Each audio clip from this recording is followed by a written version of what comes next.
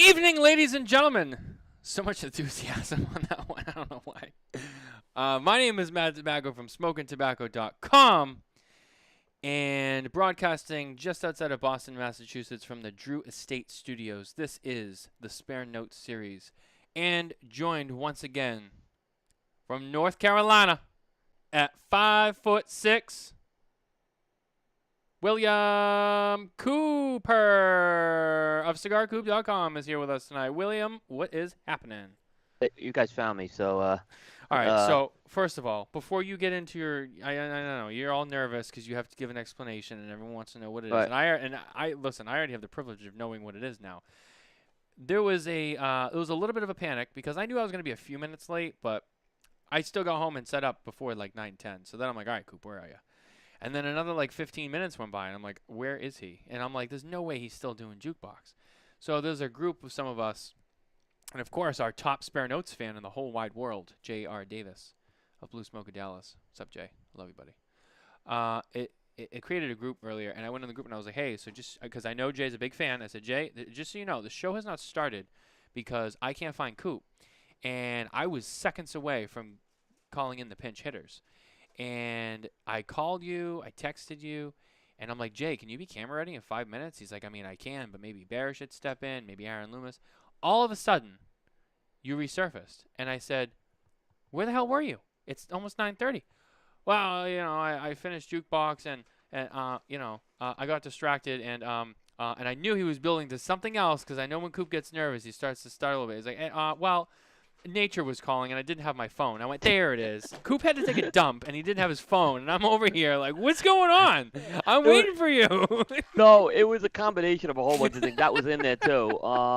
But let's just put it like that. Yeah, it was. I knew you were gonna be late, and I was like, normally I'm rushed to do this show after jukebox, but no, I was like taking my leisurely time, talking to my kid. I ate some dinner. I didn't rush dinner down, and I went and got I got a Lancero just for Jay and What Lancero you grab? Don Carlos. Oh, good for you. Yep, yep. So yeah. Long story short, I didn't have the phone was sitting in the studio here, right? So I didn't see any of these messages. I'm like, and I finally look at the time. I'm like, oh shit, let me see if Matt's like, and then I see the APB's out. I'm like, oh man. So, but I'm here and it's good, and hopefully that won't happen again. So I know you're gonna are you gonna light that Don Carlos up? Is that what you're uh, smoking? I I am gonna light it up. Yes. All right, so that's what Coop's smoking. I am smoking. I'm starting light, and I have a couple options here. The Perla Del Mar PDM Shade from JC Newman. Our friends at JC Newman. I'm I gonna just smoke got this. some of those from them. Yeah. Yeah, me too. They're really I mean awesome. that. Yeah, it's the original Pearl of the Mar, and they've improved it. It's supposedly that there's been a slight reblend to that. Yeah, I actually hadn't had them until I got them. So this is actually my first one, and it's Yeah, it's really good.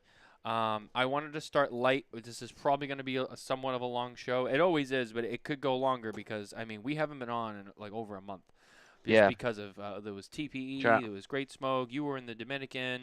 There was Yep. a lot of shit going on. So we have a lot to cover tonight. I came prepared. Jay Davis came prepared. I think he said he left his wife somewhere just so he could Yeah. be Right. here for Right. this. And then you were late, so Jay did not have to rush and leave his wife behind because Coop had to, dilly dally. But that's okay because everyone's here now and everything's gonna be okay. But I have that. I know it's a really fancy stick, but I've just been really in the mood. The Byron Cigars on the Avenue 25th anniversary. If you don't know about the cigar, I don't think there's any left at this point. But if you don't know about the cigar, this is a altered version of the Distinguidos that some of us have said tastes a lot like blueberry.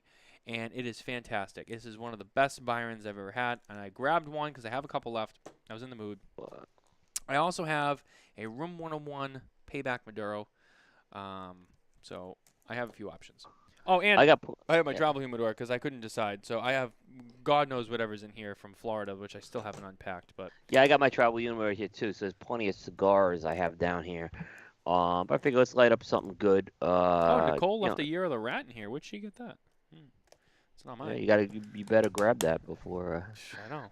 Nicole See, I didn't. don't have to. That's the one good thing about having your significant other not smoke is I don't have to worry about that. Now, boy, my sons were another story, but even now, They know they don't. No one swipes stuff from the humidor here, which is good. Yeah.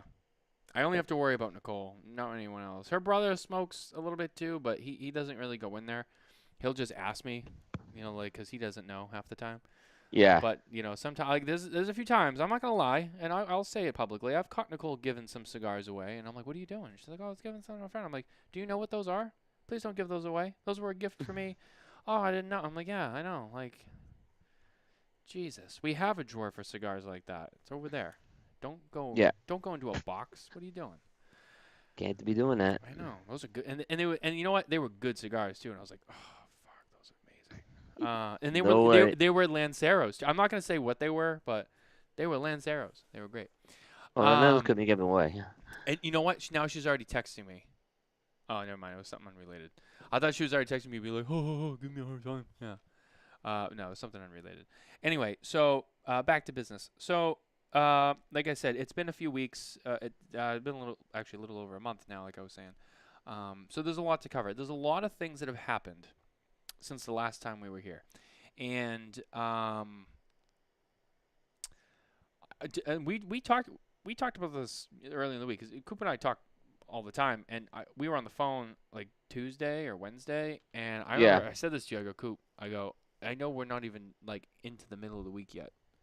I don't know where to begin with Saturday. And you sat there, and I just heard the sigh, like, yeah, me either. And because there is so much, and we don't want to let people like Jay Davis down, and everyone else that's here with us. Ricky is here with us tonight. Let's see who we got coming along. We got Ricky here with us. We got Joey Bianco, Mark Van Joey, Sledwright, Mark, Mike's here. Ricky. Who else is here? We got some of our regulars here tonight, so this is great. So we're gonna give them a show. So, Coop, I'm gonna throw it to you before I start to ramble on it. Well, first of all, I'll say this: the big topic that I think everybody wants to hear us talk about, and we all know what it is. We're gonna do that in the second half of the show. We're gonna give it its own time, and we'll get into it. So if you It's came probably getting here, more time that yeah, and it probably get more time than it deserves. But yeah, so if you came here for the hot topic of the industry right now, and we all know what it is, we encourage you to watch the whole show, but it won't be until the second half. We're gonna bang some other stuff out of the way, and then we're gonna get right into that. So just don't go anywhere; it's coming. You know what? First, let's talk about you. Because the first event that happened was Pro Cigar. We did not attend Pro Cigar this year due to scheduling reasons, but the Coop, well, just Coop, not the Coop team, but Coop went to Pro Cigar down in the Dominican. So why don't you give us maybe like your recap or your highlights or whatever you want to talk about on your trip from Pro Cigar? yeah.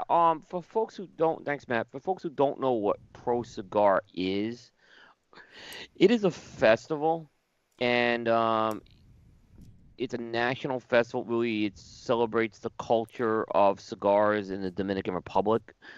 There are other festivals that go on around the world. There's the Habanos Festival in Cuba. I'm sorry, I don't mean to laugh. Sorry, hold on. I don't mean to laugh or cut you off. I just read Jay Davis's comment. The hot topic in the industry is that Steve Saka loved the Great Smoke and had no complaints. That Fucking is Jay, true. right on cue. There he is. Yeah, yeah. That's Anyway, keep going. I'm sorry. all right. So I was saying it's one of the there's national festivals. I think I mentioned the Habanos Festival in Cuba, the Pro Cigar in Nicaragua, and Pro Cigar in the Dominican. And it is it's something that everyone should get a chance to go see. What's different about Pro Cigar compared to like the Great Smoke is really it's a cigar where you don't see the sales reps there, right? Yeah. But instead you see the people behind the production, uh, the people on the farms, those types of things, and you'll get access to people maybe you don't see typically in the states, and it's a chance to like see the facilities of the manufacturers. And I'd say that your days are broken up into there's two main things that go on. In the daytime, there's factory tours that you go on, and at night there's gala events. So I went on the factory tours I did this year were, and I did factory and farm tours of Arturo Fuente and La Flor Dominicana, two operations I have not seen before, Hmm. and two fantastic operations, different in a lot of ways. And so they're very educational. I always say if you go on one of these farm tours, it doesn't matter how many you've been on, you're going to learn something coming off of these things. And like I said, these are just two facilities that are very unique. They have there's two very dynamic personalities behind these operations. With Arturo Fuente, it was Carlito Fuente. With LaFleur, it was Lito Gomez. The one thing that was really significant this year about the, and I won't go into every detail of this, but the one thing I'll say that was really, I'd say, significant was Fuente for the first time opened up. Fuente normally only showed Chateau de la Fuente, the farm. This year they opened up the factory tour for the first time. And that was very significant because most people have not been on the Fuente factory tour before. That's a So, very exclusive place to y- see. It's usually by yeah. invitation only. Yeah, now, no, if you needed, normally I would have needed both days they were doing the tours to do the farm and the factory at Fuente. I did look out.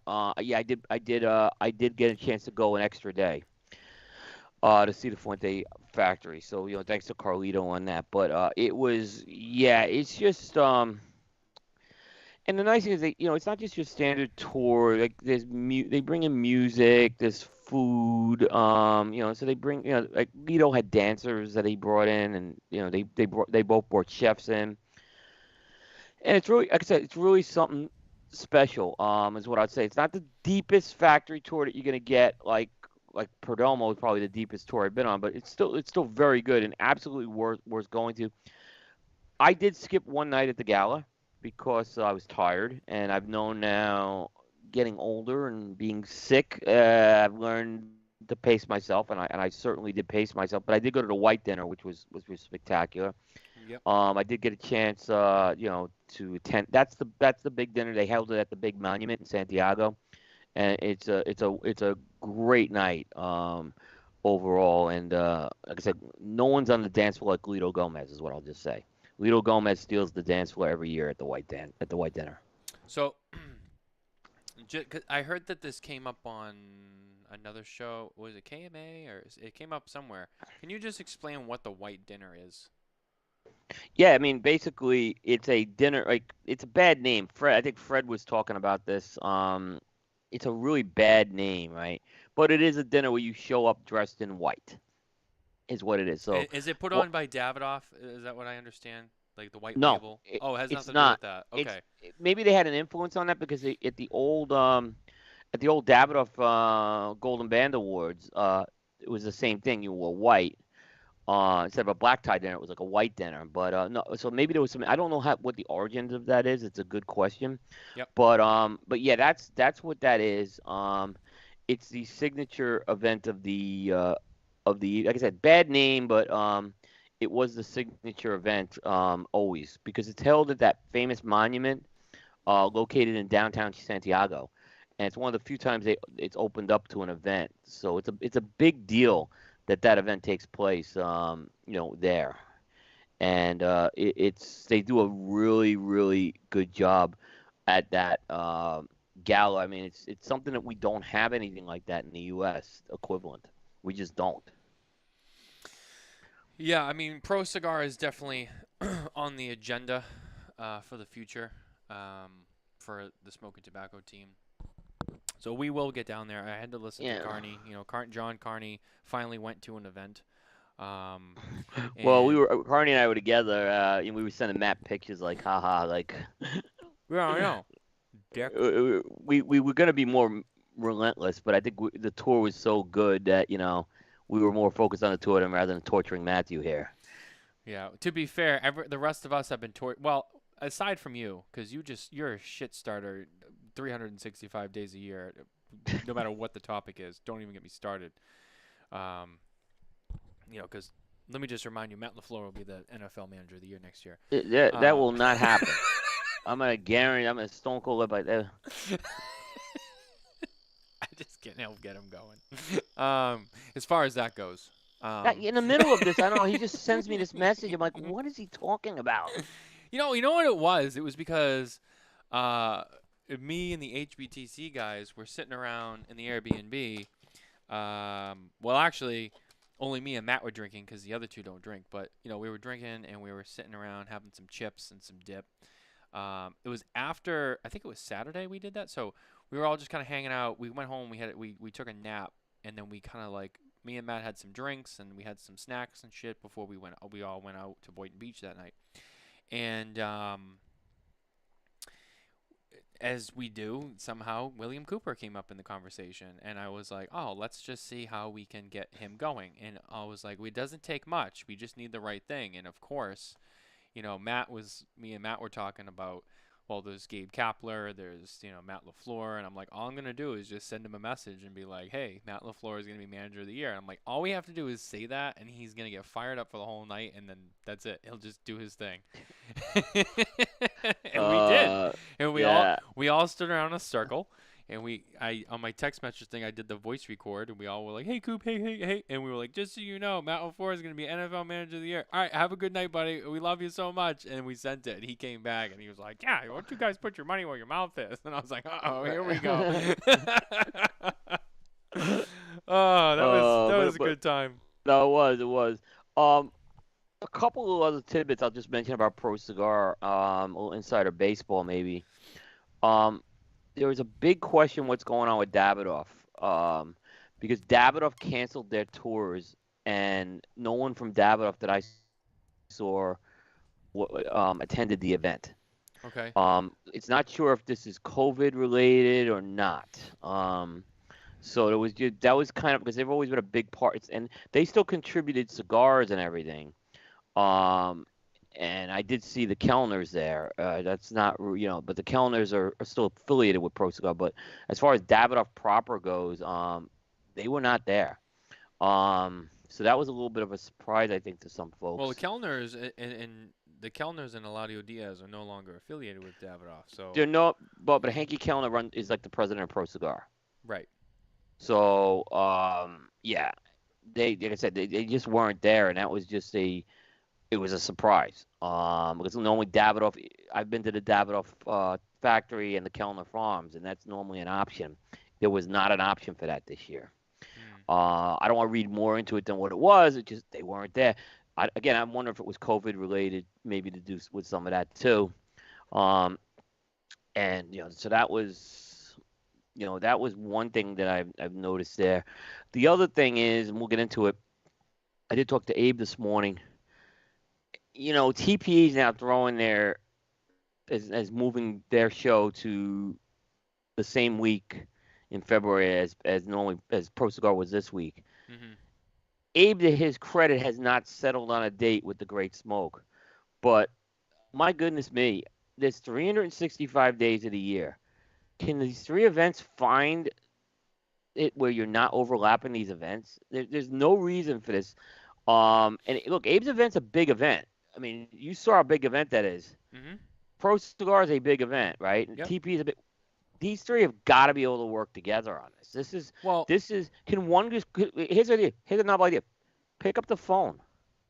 Pick up the phone, guys, and work this out so these events don't overlap. here we Because go. I'm telling you, next year there's not going to be double dipping. It's going to be one of the three events for me personally. I So, don't know which one it's going to be, but it will only be one if they're all overlapping. so If on, they're spread out, I could do them. Yeah. so on Saturday night, after the Great Smoke itself was over, we were at Right. Boynton Beach, and it was pretty quiet because everyone else was at West Palm, and like we were there. The Amendola guys were there. HBTC was there. I think Mickey Peg was there. Um, it was nice because it wasn't packed. It was nice Yeah. and relaxing. We all kind of just got to chill out. And Garrett and Alex Davella were playing chess actually in one of the little seating areas outside on the patio. And Right. I was sitting with them, and I remember asking Alex. I was like, "Hey, so like, what's the deal for next year? Because I know that TPE is now moving to the end of February, because from what I heard, they had an issue with the convention hall." And he was like, "Yeah." He's like, "Well, we're not going to be able to do that week anyway because the fairgrounds are not even available. So we're gonna have to be we're gonna have to be away from that week anyway." So I was like, "Oh," but he didn't know, like he didn't say or whatever, like when specifically, Uh, but he had mentioned that the fairgrounds are actually not even available that week. Interesting. Um, so But normally they do. Normally Great Smoke is earlier in the month. Normally, it used to be around Valentine's Day, and then obviously they moved it. But I have offered, and I'm not joking. I have offered to moderate the three parties and help them schedule this. This is absolute ludicrous that this can't be Ludicrous? scheduled. Ludicrous. Ludicrous. It's ludicrous, not ludicrous. I'm not drunk, guys. No, this is Shows up insane. late, slurring his words. This is this is absolutely a joke that these three parties cannot come together on this thing right now. And the fact that there's no excuse for these events to overlap. There's plenty of days in the months to do this. And I think I think Abe's got a real problem if TPE conflicts with this. Yeah. I think they can get a look. Abe and Pro Cigar have overlapped for years. It's not great for me personally, but those are very different events because, like I said, one's supported by the field team in the U.S. To some extent, and a lot of the festival is DR based. But Pro Cigar is going to cause a real TPE is going to cause a real problem for Abe. That will cause a real problem because you're going to have a lot of the same people at TPE. Oh, absolutely. Absolutely. I mean, you're going to see we talked about it already. There's going to be a lot of division there because people are going to be trying to, pick their time wisely and again, how hard it's is this? This yeah. is not hard. We're talking about, guys. And look, look, you all have to kind of compromise on this. One can't just dictate to the others here. No. And look, shame on TPA. They should know that there's two major events that go on at that time before they move that. Shame on them for that. And they're going to hurt their own event if that's because those are big events that they're competing against. And ultimately, I think who ends up losing out are the people who end up attending these events. So whether it's staff or consumers, I know consumers don't go to TPE, but there's no reason for this to happen. No. Other than ego that no one wants to. Everyone just we're going to schedule it when we schedule it. Yeah, I mean, you're right. And having all those at the same time is definitely tricky. Yeah. But in terms of the events themselves this year, you went to both. I went to one. I missed part of Pro Cigar. I missed the last day to go to this. Yeah. Right. Which I was glad. I loved. Don't get me wrong. I loved Great Smoke, so I'm not regretting that. So, having said that, I will say, I thought the Great Smoke was really good. I thought that it was done very well. Hats off to Abe and Alex and everyone down there who puts that show on because it was fantastic. I've been to 8 of them, and this was the best one. I think it was also the biggest, if I remember hearing correctly, because of the virtual tickets that they sold too. Yeah, Abe said though actually the on-site was slightly smaller than 2 years ago because a lot of tickets, a lot of people opt for virtual tickets. But if you looked at the overall tickets, it was bigger. Right. You couldn't tell. It just seemed more crowded because this was a new venue on the fairgrounds. This was a different venue at the fairgrounds they were using, where it was all under one building. And I think this was a great move they made into this. This I think worked out well for them. Yeah, I definitely like how it was indoors. You're in the Florida sun all day. F that. I mean, yeah. But what doesn't mean it was cool, but you're out of the sun, which was nice. So that made it that's half the battle. The other one was under part of it was under circus tents, like big circus tents, and it was on a dirt ground. So this was a lot nicer. I just think that I mean, maybe I have 2 complaints about this about that venue, but they're minor. These are hey, these are the things I think you can improve a little on next year. Nothing that was wrong with it, or they have to fix this right away. It's always like Abe said he came up with 89 areas of improvement. I came up with 2.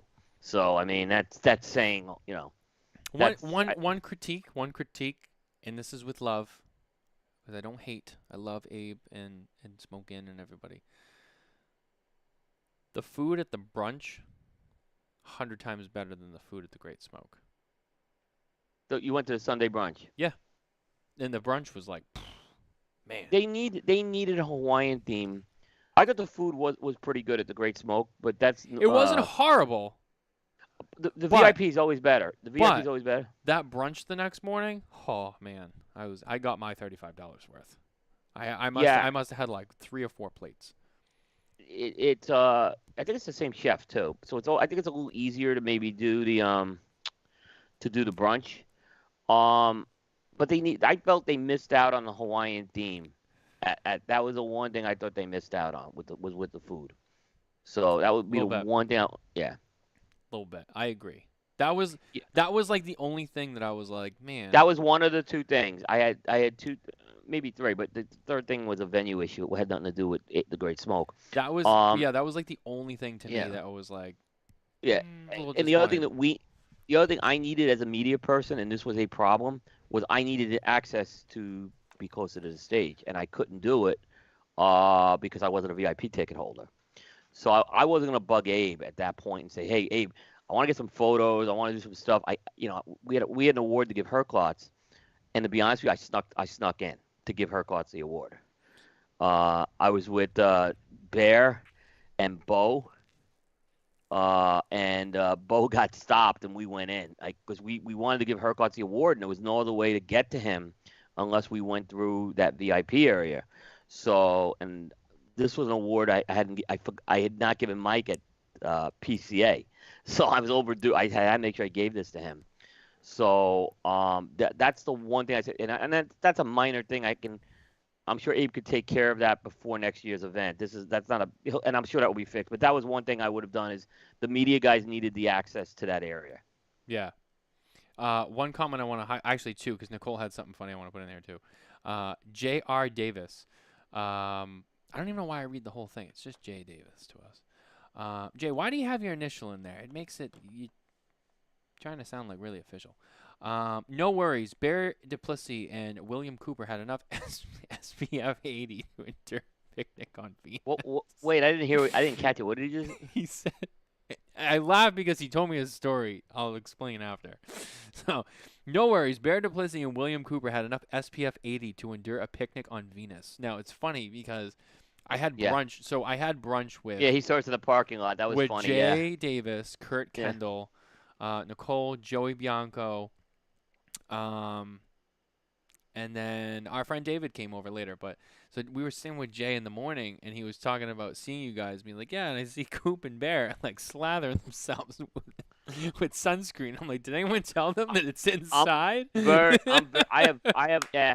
Bear is like. Look, here's what I'm gonna say. I love Bear. And it's good to have Bear as my mother there because he's like, look, because we didn't know what this venue was like, and I figured part of it might be outside. And he's like, you gotta have the sunscreen on because he knows I burn up like I burn to a crisp very easy. Right. So he was looking out for me on that. Because like I said, I didn't know what this new venue was like at all. I didn't know part of it was outside. I had no clue, right? Right. So he was looking out for me there. So I'm going to give Bear major thumbs up here for helping out there. Nicole also commented that on the Hawaiian theme thing, I would have paid $20 to drink out of a pineapple or coconut, and then her previous comment was Hawaiian drinks. That honestly, That that was a that really yeah, would have set a tone too. That would have been cool. yeah. I like that. But I don't want to nitpick on Abe with that. This is like a No, nitpick. The event was so good. it was And good. and and he look. I found out today they were short staffed the last week too as well. So Did you see I him up those are there just dancing with all the Hawaiian dancers and shit? Did you see him do that? oh yeah, It oh was yeah, oh cool. yeah. I didn't know Abe had moves. I mean, that's Abe got some moves I there. didn't know he could Um, move like that. Yeah, and look, Abe.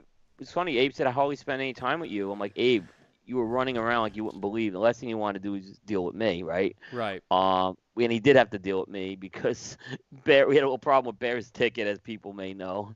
Um, so we had to we called out everyone. We called out like Matt. We called Dan Thompson, Paul DeGrocco, and because Bear didn't have his ticket. Paul's And watching that's with us tonight, actually. Paul yeah. DeGrocco's with By the us. way, great job by Paul. He did do a good job.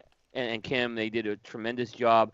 And here's the thing, I could tell you, I am not comfortable being the man on the reporter on the scene kind of guy in what I do. I am comfortable sitting behind the desk here and doing a show, but that I'm not. In fact, if you notice at PCA, Bear does the interviews.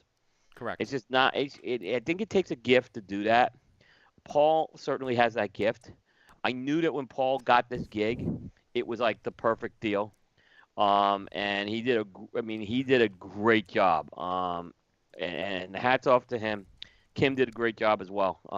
I think they could have used a third person. So if they could ever find a third person, I'm not volunteering, nor would I do it. But I think there's people who are very gifted that can do that. Because I think they could have actually, just there was so much to cover there. I would do it. I'm comfortable on front of the camera at any I, situation. I do all of our trade show, one-on-ones.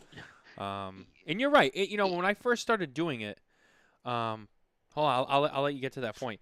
But I just want to say, just to kind of back up what you said, when I first started doing the trade show interviews one-on-one, like, yeah, it was definitely a little bit more nerve-wracking because it's not, you're right, it's not like being behind the desk.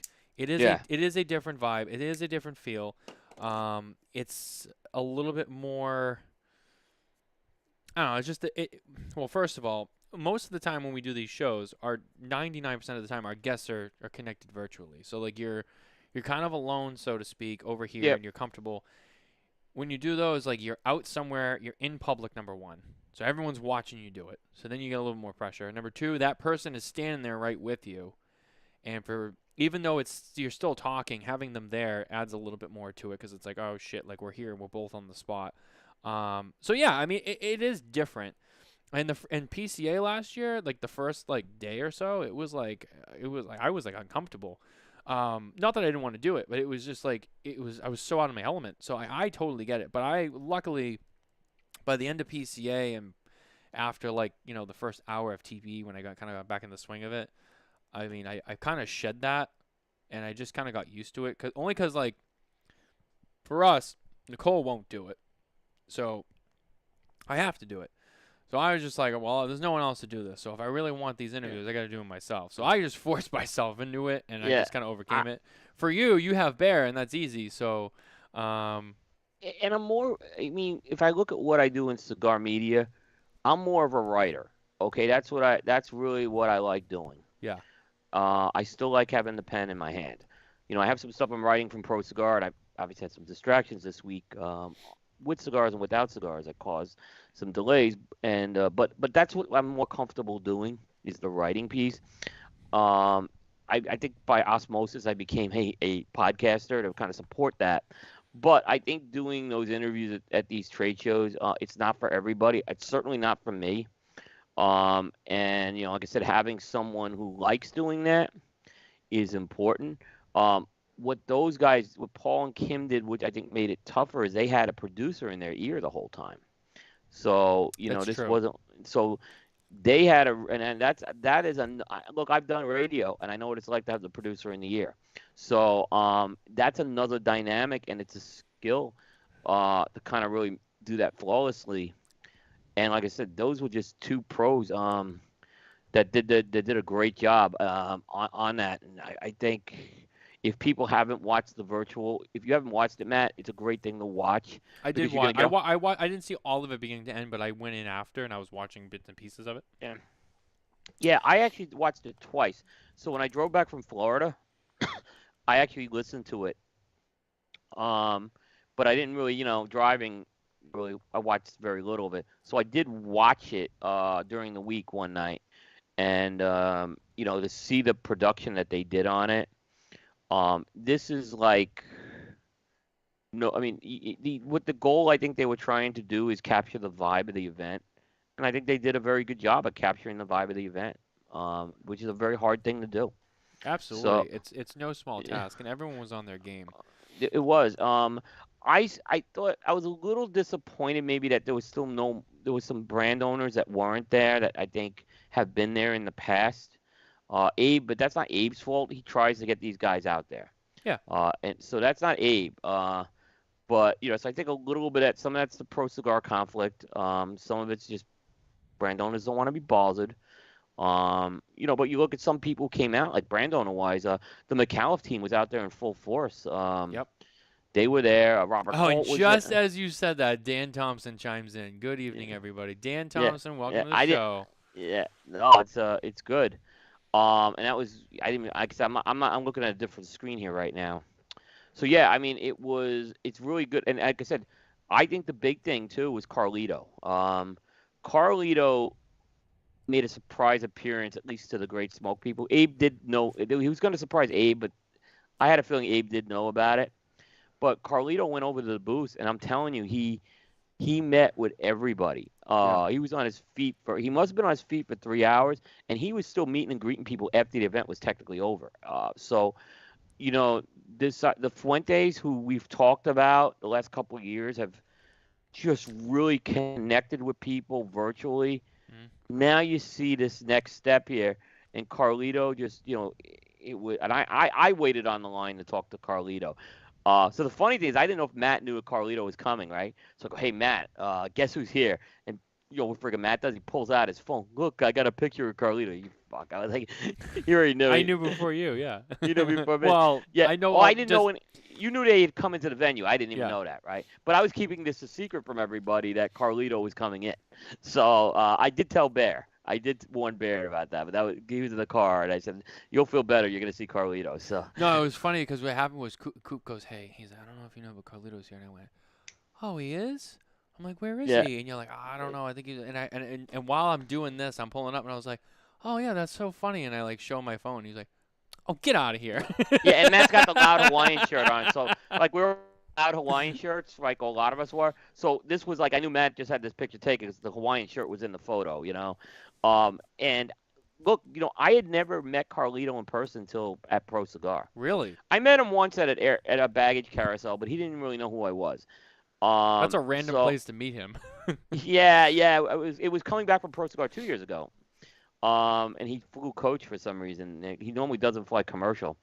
But he was on that one. I should say he sometimes flies commercial. I'll say.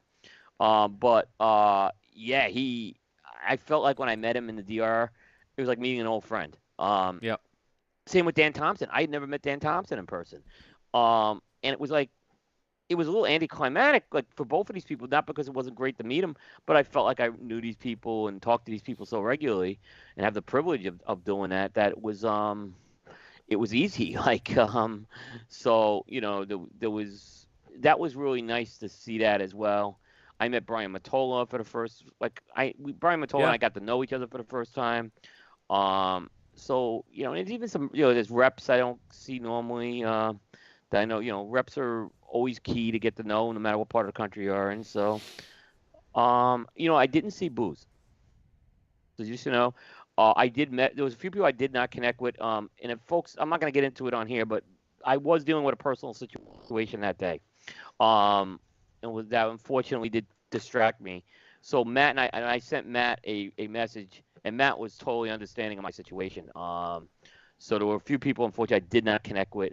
Pete, I had a very brief I'm connection with, trying to but we do did. this, but I don't know. I don't know if I can get the camera. It's me and Kevin got a great picture with Matt, but I can't.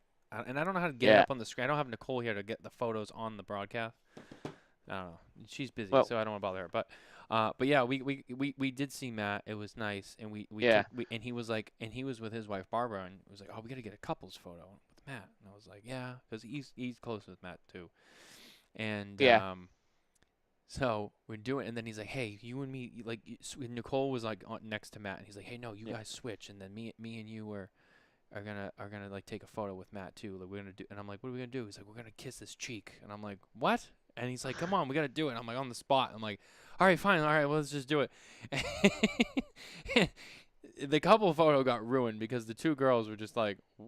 okay, like this is not even about us anymore. And so Right. like Nicole like had cropped them out and like focused it on them. Yeah. And then so we after we're done, he's like, bros, like I love you guys, but that was one of my new liquor distributors. And I was like, oh, I'm sorry. I'm like, was that like a big deal? He's like, I mean, no, it's No. Yeah. fine. So yeah, but I felt really bad though.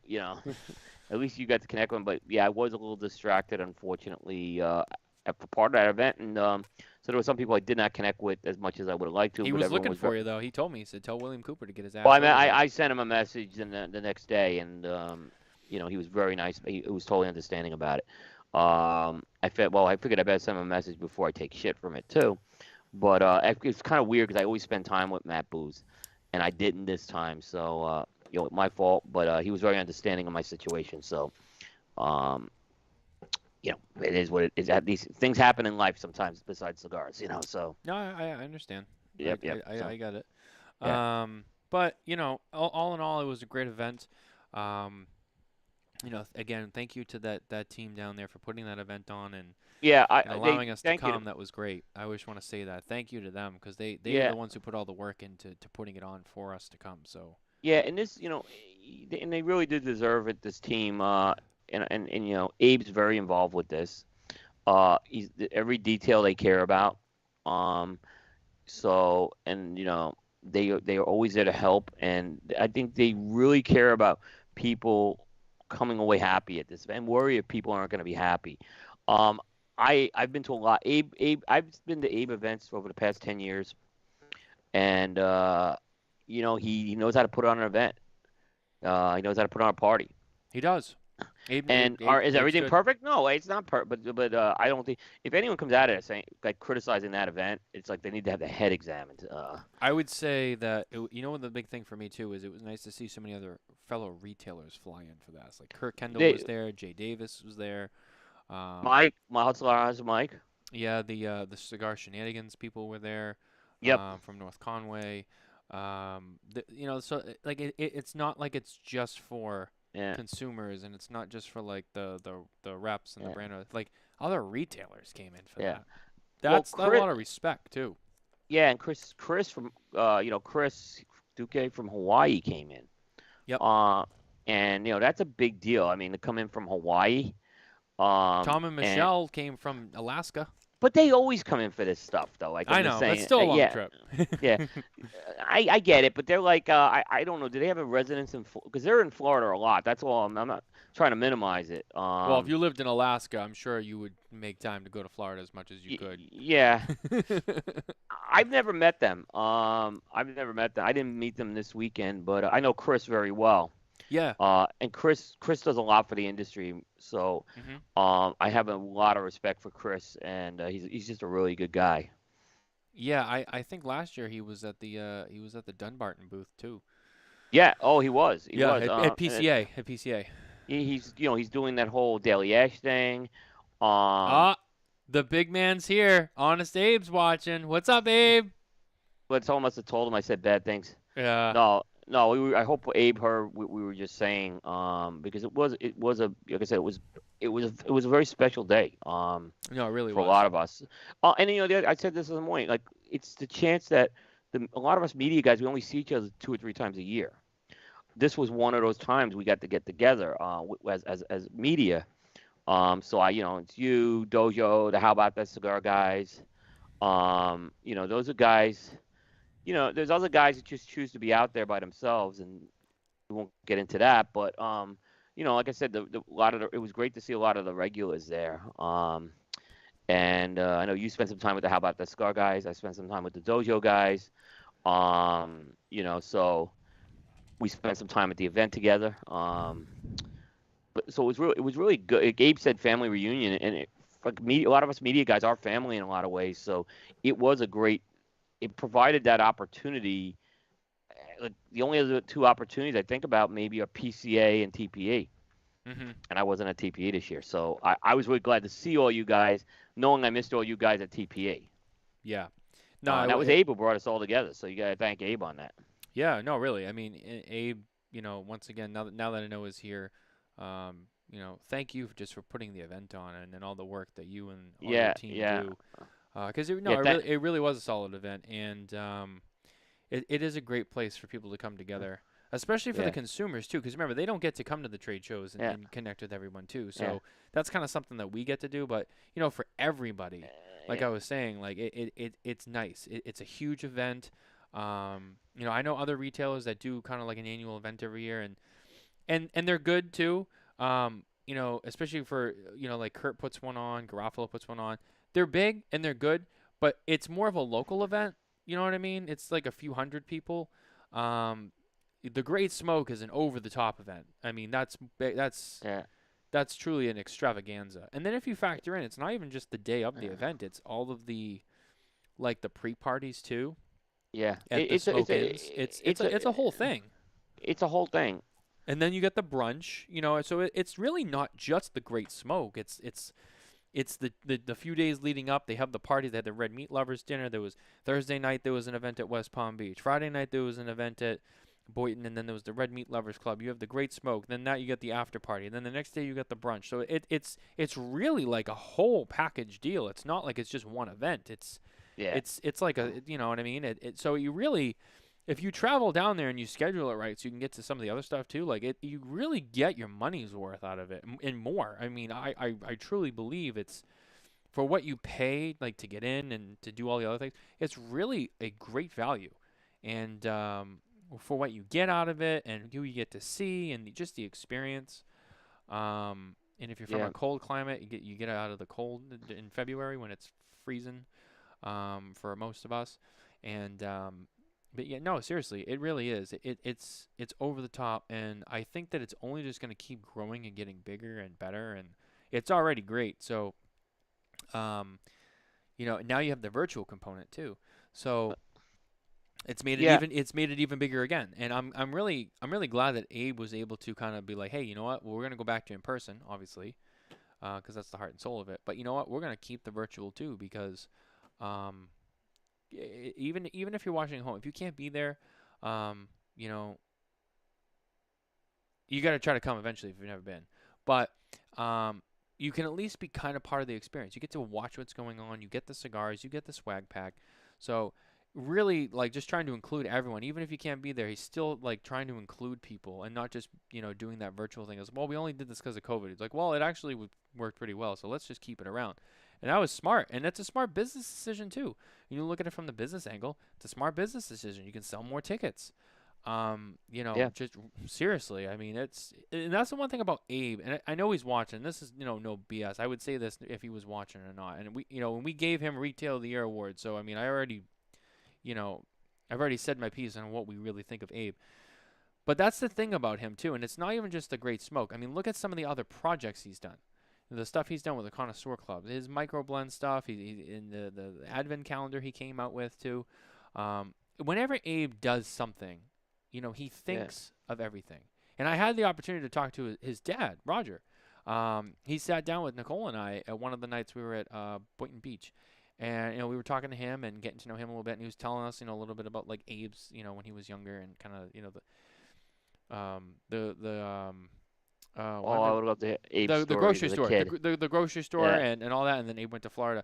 But like, even after talking to his dad too, like you just really get this sense like when Abe does something too, like a lot of people do good things and they're good at it and they work hard at it, but Abe is just really one of those few people that he literally thinks of every fucking detail.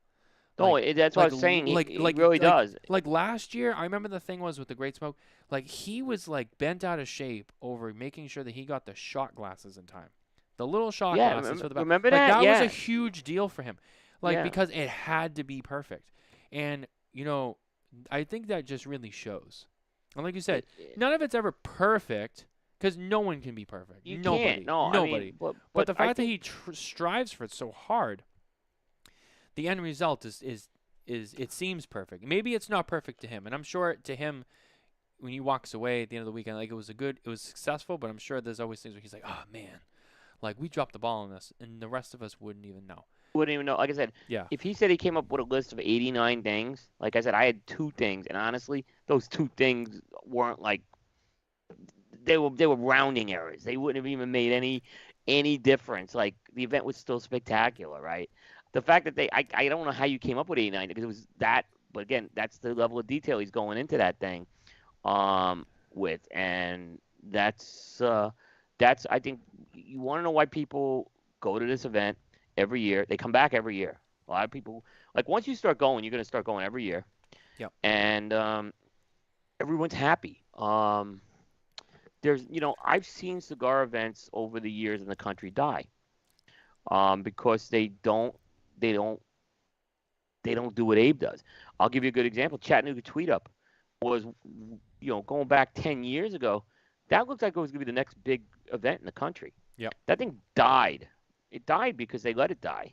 Right. Um, and they didn't make the changes that needed to be changed. Because as an event evolves, you have to change. It just happens. It grows, or whatever, and they didn't make those decisions. And the event died because of that. But this event has not died. This event's just grown. And I was talking to Abe this morning. I was at my first grade smoke in the parking lot in West Palm Beach. Um, so I remember that. It's this is 2012 or 13. I think it was 13. And I said I've been to every one of them but one. So that was the one 2 years ago. But what can I guess what can you? How can you? I keep going. How does he top this? Well, he finds a way to top it. Honestly, the only like way that he could like really like leave me speechless is like he had like a surprise performance from like the Rolling Stones or like some other big band, and like they come He out and they do an exclusive like 4 or 5 song little set, and there's like this like fucking laser light show, and there's pyro, and it's just like they he walk had off stage and you're like, what is he had this right now? I thought this he was a cigar event. This is like, where am I? well he okay, so he's had Foghat. He's had Foghat the band out there. That's a major band. I mean, Oh, he did? that's I didn't not even know that. this is about 4 or 5 years ago. But what happened with this, and I think Abe would tell the story better than I did, they were on at the end of the event and everyone was like exhausted and wanted to go home. Um, He just commented, we had Foghat one year. No one cared. it's true, but I cared. I cared because I like I'm a music guy and I was like this is. I mean, Foghat is not a let's put it. You're not calling up your local band. This is a rock concert that Abe had, and this was at the old German club. So, yeah, I mean but it didn't work. Like Abe said, it didn't work. It was just because everyone was so tired at that point. And then people are going later into the night with after parties and stuff like that. So, but yeah, that's like I said. But yeah, if Abe had the Rolling Stones, and if anyone could get the Rolling Stones, I would say it would be Abe, That's right? true. So, I mean, that was maybe a bad example because that's a tough but one to no, if get. Abe, But think about it, yeah, yeah, you're like, right. Abe could do it. that'd be a good rumor to start. Like, no, I know I'm not the rumor guy, but yeah, Abe bringing the Rolling Stones in next year. Like, I'm gonna start that rumor. I'm gonna be like, I won't say Rolling Stones, but I'm just gonna start the rumor like, hey, yeah, so Abe's got like a huge band coming next year, and then he'll have to do it. right.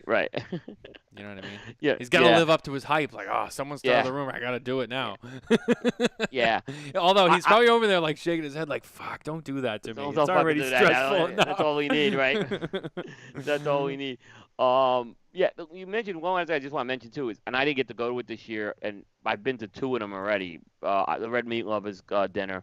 That was because my flight was getting in, and by the time I would have cleared customs, there would be no way I would have gotten there on time. Yeah. But that event is an absolute feast, is what I'll just say. I've been to the one with Pete Johnson and Lito Gomez have previously been the guests of honor. And oh my goodness, and I heard they had more people there this year because I was wondering why there were still tickets available, right? But it was because they had a lot more tickets. Because obviously soccer. This is soccer. I mean, I would, there's people that would like cut off their left arm to go to a Steve soccer. I mean, I shouldn't say something like that, but you know what I'm saying. There's people like soccer. Oh, they'll move heaven and earth to get there, right? Yeah. And soccer eating red meat. I mean, he's got the red meat cigar and everything. Yeah.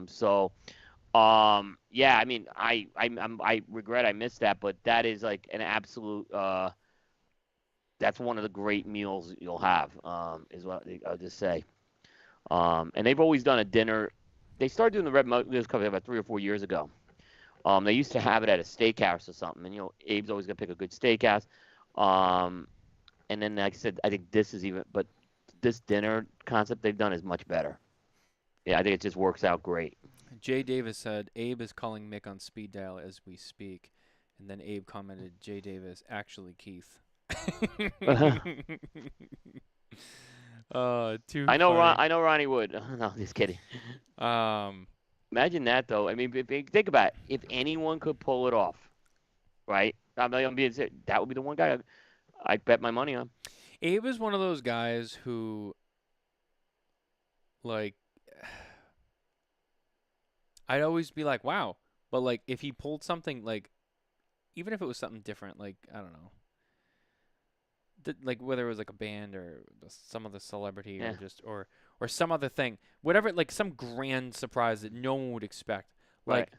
Like I would say, yeah, Abe's the guy. Like Yeah. for some, he just I feel like he just knows too many people and he'll Yeah. just work too hard to get it done. So it'll be like it Yeah. has to happen. Like I that Yeah. would I'd be like there's almost nothing that he could do that I'd be like, wow, I didn't know Abe had that kind of pull. I'd be like, well, it's Abe, so. So Rudy Giuliani 2 years ago was at the Pete Johnson Red Meat Lovers dinner. Now, of all the controversial things I've had in my career, there was nothing more controversial about when I went after Rudy Giuliani over the cigar industry. I mean, it was bad, Yep. right? Yep. That was when I had stopped ever talking about politics again, right? Because I went very hard after Giuliani. So Giuliani's there, and I had about 4 or 5 people waiting for me to egg on. And I said, I am not going there at a public event where Giuliani was just there to eat and smoke cigars. Yeah, I ain't doing that. he's there I'm on not being that leisure. guy. Rudy's there. I mean, Rudy's there, and and it was cool to see him there. I mean, it was really. I mean, look, I don't hate Rudy, by the way. I voted for him, just so you know, as mayor. I just said he wasn't interested in helping the cigar industry, and that's where I got into a whole bunch of trouble, right? So, and but the fact is, Rudy was there. How cool is that? So Yeah, it is interesting. Sorry. yeah, As I yawn, it was a long day. yeah. But I miss those death threats I was getting. I had people like saying, "Don't ever come in my shop again," because of the stuff I said. Well, Coop, you It know how wasn't to. bad. It wasn't bad. I just said, yeah, I just said he was not helping the cigar industry. I said I voted for the guy. I don't dislike the guy, but there were people pissed at me. Let me tell you. Well, Coop, you do know how to get yourself in and out of trouble. Well, I'll even say, yeah, Especially in trouble. that was. Look, we went through the Brian thing. The Brian thing was nothing compared to what I went through with that Giuliani thing, and I did it twice because I did it when everyone said he was going to save the cigar industry, right? I did it first, and then was stupid enough to do it a second time when he gave the speech at the IPCPR, and it was like a political speech, right? Yeah. So I got it twice. I was stupid to do it a second time, and no more. That's it. I don't talk politics anymore, even if it's like that, because yeah. Well, our friend Jay is in the comments, and I don't know how far you want to dive into this, but I'll bring it up because we love Jay, and he always provides a little bit of pizzazz to the Yeah. show. Rudy was in a position to help, and he didn't. William Cooper was right on. So I don't know if that does anything for you, No, but thank you, Jay. No, well, yeah. I mean, I could go back and share the articles, but yeah, there's a lot of history that I knew that he wasn't going to help from day one. But people had him. What happened is people had him pegged, and then I believe he was being put on a pedestal for something he didn't sign up for either. yeah, So I think there was an expectation he was going to be the guy to save us, right? But he never signed up for that. In fairness, right? right. So, he never said, I'm going to save the cigar. Now, even when he gave the speech at the PCA, IPCPR, he did not say, I'm going to save the cigar industry. So, you know, but, I still thought it was good. I still thought it was good that the IPCPR had him. So, those are in the archives 5 years ago from Cigar Coop. Well, We'll just leave them in there. we will leave it there. We will move on, so that way we Yep, don't have yeah, to open the wound again. exactly. So we've covered Pro Cigar. We've covered the Great Smoke. Once again, hats off to Abe Yep. and everyone for doing that. That was just, again, it's just such an Right. amazing event. I'm getting ready to light my second cigar. Wow. I know I smoked that other one a little quick, but it was This- it was good. This is Fuente knows how to make a Lancero. After Yeah, you they see him do. make a Lancero, by the way, after you see him make a Lancero, you'll know they know how to make a Lancero. That's why their Lanceros are good. Yeah, and that says a lot coming from Coop because he's a big Lancero hater. But the way they have a technique that they make their Lanceros, which is different than anyone I've seen. It's the bunching technique that I've seen with them do. Yeah, I've So- smoked a few, and I'm a Yeah. big Lancero guy, so I would agree. They do Yeah. make a good Lancero. Yeah. Some of my favorite Lanceros, I mean, Fuente does a good one. Obviously, Atabey Lancero is, I think, probably my favorite. The J. London Gold Series Lanceros, top notch. I love those cigars. Probably my favorite cigar from J. London is the Gold Series Lancero. just can't say enough about it. It's a great cigar. Um, the La Flor Dominicana Lanceros, I didn't even know that they made them. But And then I saw yeah, one, and I texted John right away, and I go, "Bro, you didn't tell me you they're made great. Lanceros." And he was like, "Yeah," and I was like, "He's like, where have you been?" I'm like, "It's LFD, like they're never around, so I don't know." And then he was like, "I'll get you some," and he sent me a couple of the samplers so I could try some of the different ones, and I was like, "Wow, these are really good." Their Cameroon Cabinet Lancero is good. The Airbender Lancero is good. Um, LFD does a really good job with Lanceros as well. I will say that. Really, really good stuff. Jay said Fuente and Pepin. Pepin does do good Lanceros as well. Um, that's another good one actually. Nah, They. I don't know about that. Oh, really? Do I, tell. This is I how you mean, get if yourself anyone in ever trouble. would say I got it, what Pepin Lancero is like one that people like will knock over chairs over it again. All right. Well, maybe not necessarily specifically Pepin, but out of the factory, the Tatawahe Lancero, the El Triunfador, that's a good Lancero. The Connecticut broadleaf, yes, Yeah, that's a good but one. the skinny monsters Lanceros were average. The Cazador size was really good though in those monsters. I'll give him that. Yeah. Um, but yeah, that probably covers my favorite Lanceros. Um, I will Look, admit, this not every Lancero is good. Some of them I can these are these are well. Look at these how I can't even show, but they're packed. This Lancero's packed. right. I mean, It and also that's looks like it's thicker than than a standard lens. It's a little. It looks like it's a little on the thicker side. it is a little thicker. I don't think it's a 40, quite a 40 though. But yeah, it's again, it's the bunching technique that they use.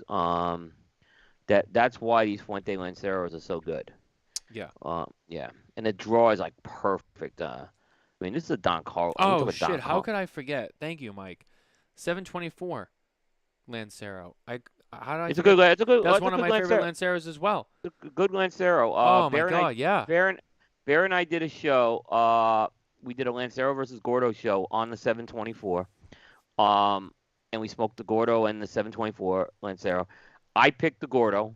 But I'll say this: that Lancero was a hell of a Lancero. So Honestly, out of the 724 collection, I've told Kurt this many a times, like that Lancero is the best cigar on the line. I mean, hands down. It's fantastic. As far as that goes. the old blend. Yes. Yes. Yeah. Yes. Yeah. I don't know if I've had the Lancero in the new blend yet. So that's why I'm kind of saying I'm curious to see how it's in the new blend. Jay said something interesting. The unreleased Don Carlos Anniversario Lancero that Carlito made a few years ago is hands down the best cigar I've ever smoked. Wow. Yeah, wow, that's quite a statement, even from Yeah. Jay. That's wow, Yeah. Wow. interesting, very Yeah. interesting. Yeah. Oh yeah. Um, but anyway, moving This is on. good. Big. He's not wrong. It's a great cigar. Yeah, Yeah. This is very good. Yeah. aside from the shows and the events and festivals, which we have covered, before we get to the big ticket item, was there anything else that you wanted to bring up on the show? Um.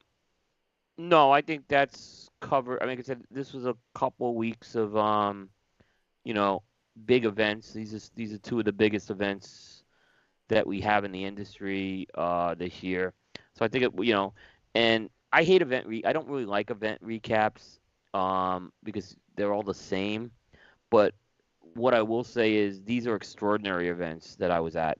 Great Smoke and Pro Cigar. Yeah, So we're talking at such next level here that it does warrant time for one or more recaps. So that's why we're doing this here. I'll be doing this with Bear, and I will be doing something similar on Tuesday night as well. So because I want to get his thoughts, he had never been to a Great Smoke before either. So we'll do a little bit of that. But like I said, this was such an extraordinary event. I'll devote time to it. absolutely. I just thought of a couple of honorable mentions. We won't dive too deep into it because they've already been kind of covered a few times, but it's still worth bringing up here. Couple of honorable mentions. The passing of Carlos Tarano. Yeah, I went to the memorial. Mm. with Patricio Tarano. I know you mentioned that. Yeah, and it was very emotional. I'm not gonna get into all the details of that, but it was very emotional to be there. And there were a lot of people from the industry. Jack Tarano, Luis Cuevas was there, among many others. So um, I met Carlos once. I've known Charlie, and obviously I'm close with Jack. Yep. So I kind of went. And look, I'm gonna be honest with you. I don't normally go to a lot of these things. Yep. Because I don't deal with them well. And yeah, but yeah, it was Charlie Tarano delivered a beautiful speech, is what I'll say. So but yeah, that the big loss. Carlos Tarano was an absolute icon in this industry. Yeah, I never got to meet him and didn't really know him at all. Yeah, Um, but I had heard a lot of stories about him, and just such an icon. So it truly is. It's a huge loss for the industry, yeah, and it's yeah, sad. And we always hate to see people go. So um, I definitely wanted to honorably mention that again as well. yeah. Another honorable mention is a man that we all know and love so much has finally made his return to the cigar industry. I think we all know who I'm talking about. Um, the Godfather has come back. In the worst kept secret in the cigar industry. And he tried to throw me off the track in the Dominican Republic, with another company. He was down Uh, there early too. yeah, he was doing some other stuff, and that's why he threw me off the track. Hmm. And he's working on another little project out there, but it had nothing to do with Illusione, and it's just something more that he was doing personally, Yeah. if anything. And yeah, but he was telling me about he was out of Casada, and I'm thinking, I think he may be going to Casada, right? Because it would make sense. He'd be a great fit for Casada, and but Illusione was the worst kept secret. I mean, he's been at the booth the last two times. Uh, he was smoking Illusione products every time we've had him on a show. It wasn't a. It was, and I think he was campaigning for the job and finally got it. Yeah, absolutely. In case anyone doesn't know who we are referring to, it's Fred Rui, former owner of Nomad Cigars, who sold it to Ezra Zion a few years back. Um, Oh boy. and now he has come back to the industry, not as an owner, but I think from he was on our show not too long ago, and he was on Dojo a few nights ago. The thing that the tone that Fred has kind of set was that being a brand owner kind of became, um, at least for him in his position, it ruined. I feel like it kind of ruined it for him. He talked a lot about. It got to a point where he was always on the phone with lawyers, like FDA stuff, and it just it kind of it took away. And I think he decided like, hey, and he was always traveling, and he was like, you know what, like I'm gonna tap out of this and take a break and just kind of get out for a little bit. But I think this is good. I think this. If that's true, if that's really how he felt, then I think this will be interesting because he's back in the industry. He can do some things, but he won't really be in that same role. So the things that he will be dealing with will be much different. More Um, marketing based, yeah. yeah, so I think that's good. So a huge shout out to Fred Rui. Really Yeah, excited to see him. I am too. I think Fred was pretty honest. There were things as far as running a company goes Yep. and dealing with now regulation, he didn't want to be bothered with it, right? Yeah. Um, Look, I'll tell you, Jose Blanco was in the same boat. Yeah. Las Cumbres was a brand on the rise, and he didn't want to, he didn't want to be bothered with that piece. So, but Fred was always saying, I'm staying in the industry, but I'm waiting for the right opportunity. And I couldn't be happier for Fred. Me too. My first interview I ever did was with Fred, back on Stogie Geeks, and I always hold that very, very special. So he's a good friend. I had dinner with him at Noah, which is a really good restaurant in the Dominican Republic. So I couldn't ask for I couldn't be happier, and I think it's gonna be great. It's a win-win for Lucioni and Fred and Dion, Oh, all around. absolutely. Yeah. Yeah, Um, just really excited for him, yeah, and can't wait to catch up with him and see and see kind of what he's got working on and just kind of how he does with it. So it'll be really exciting. yeah. I He's mean, got the best you personality. I mean, if you were looking to have a first round draft pick for a marketing guy in the cigar industry, Oh, Fred's the first pick of the draft oh yeah. in a lot of cases. So, Oh yeah. I and or he'd be in that first pick. I've had off the air conversations with him about that stuff and his strategies and his techniques and his methods and you know um it is he is good at it and Yeah. he knows his shit. He really does. What? I can definitely say like yeah. Go ahead. Yeah. When I split from Stogie Geeks, and basically then I was gonna form my own podcast. Fred wrote a book called Be the Lime, and it talked about basically trying to stand out, like stand out from a bunch of, if you look at if you have a row of lemons, you want to be the lime, the one that stands out. And he had and it was one of the best books I ever read. And it was easy to read, and he did some podcasts to support the rollout of the book. And I get it was very, very instrumental in how I started building the primetime shows was because of that book. Yeah, absolutely. I didn't read that book, but um, I've read others that he's written. Yeah, Um, I've read Thanks to the Memories, the so what was it, long the and thanks bacon. for the bacon. That's what it's Thanks called. for the bacon. Yeah, that was a complete. That's more of a satire book, but it's Right. great reading as well. Yeah. But no, but Fred knows how to write, and he actually wrote a guest piece or two for the website. And Yes, he did. he's like, hey, can I write something? And I was like, yeah, if you write it, I'll put it up. Yeah. So yeah, he is good with words, and he likes to write, and he knows how to write too. Hmm. And I've told him, hey, anytime you want to put something on there, just let me know, because he's one of the few people that I just like just whatever you want, write it, and I'll put it up. Yeah, Because he's good. Matt, he made good cigars. I mean, I don't know if he was smoking back or really into it when he had his I've brand. had some now. They're very he has a good palate, and I'll tell you what, he was very honest in terms of his involvement in these projects. Some he was more involved with than others, and I he really did a nice job with Momat. I'll say that. Yeah, I had a few of those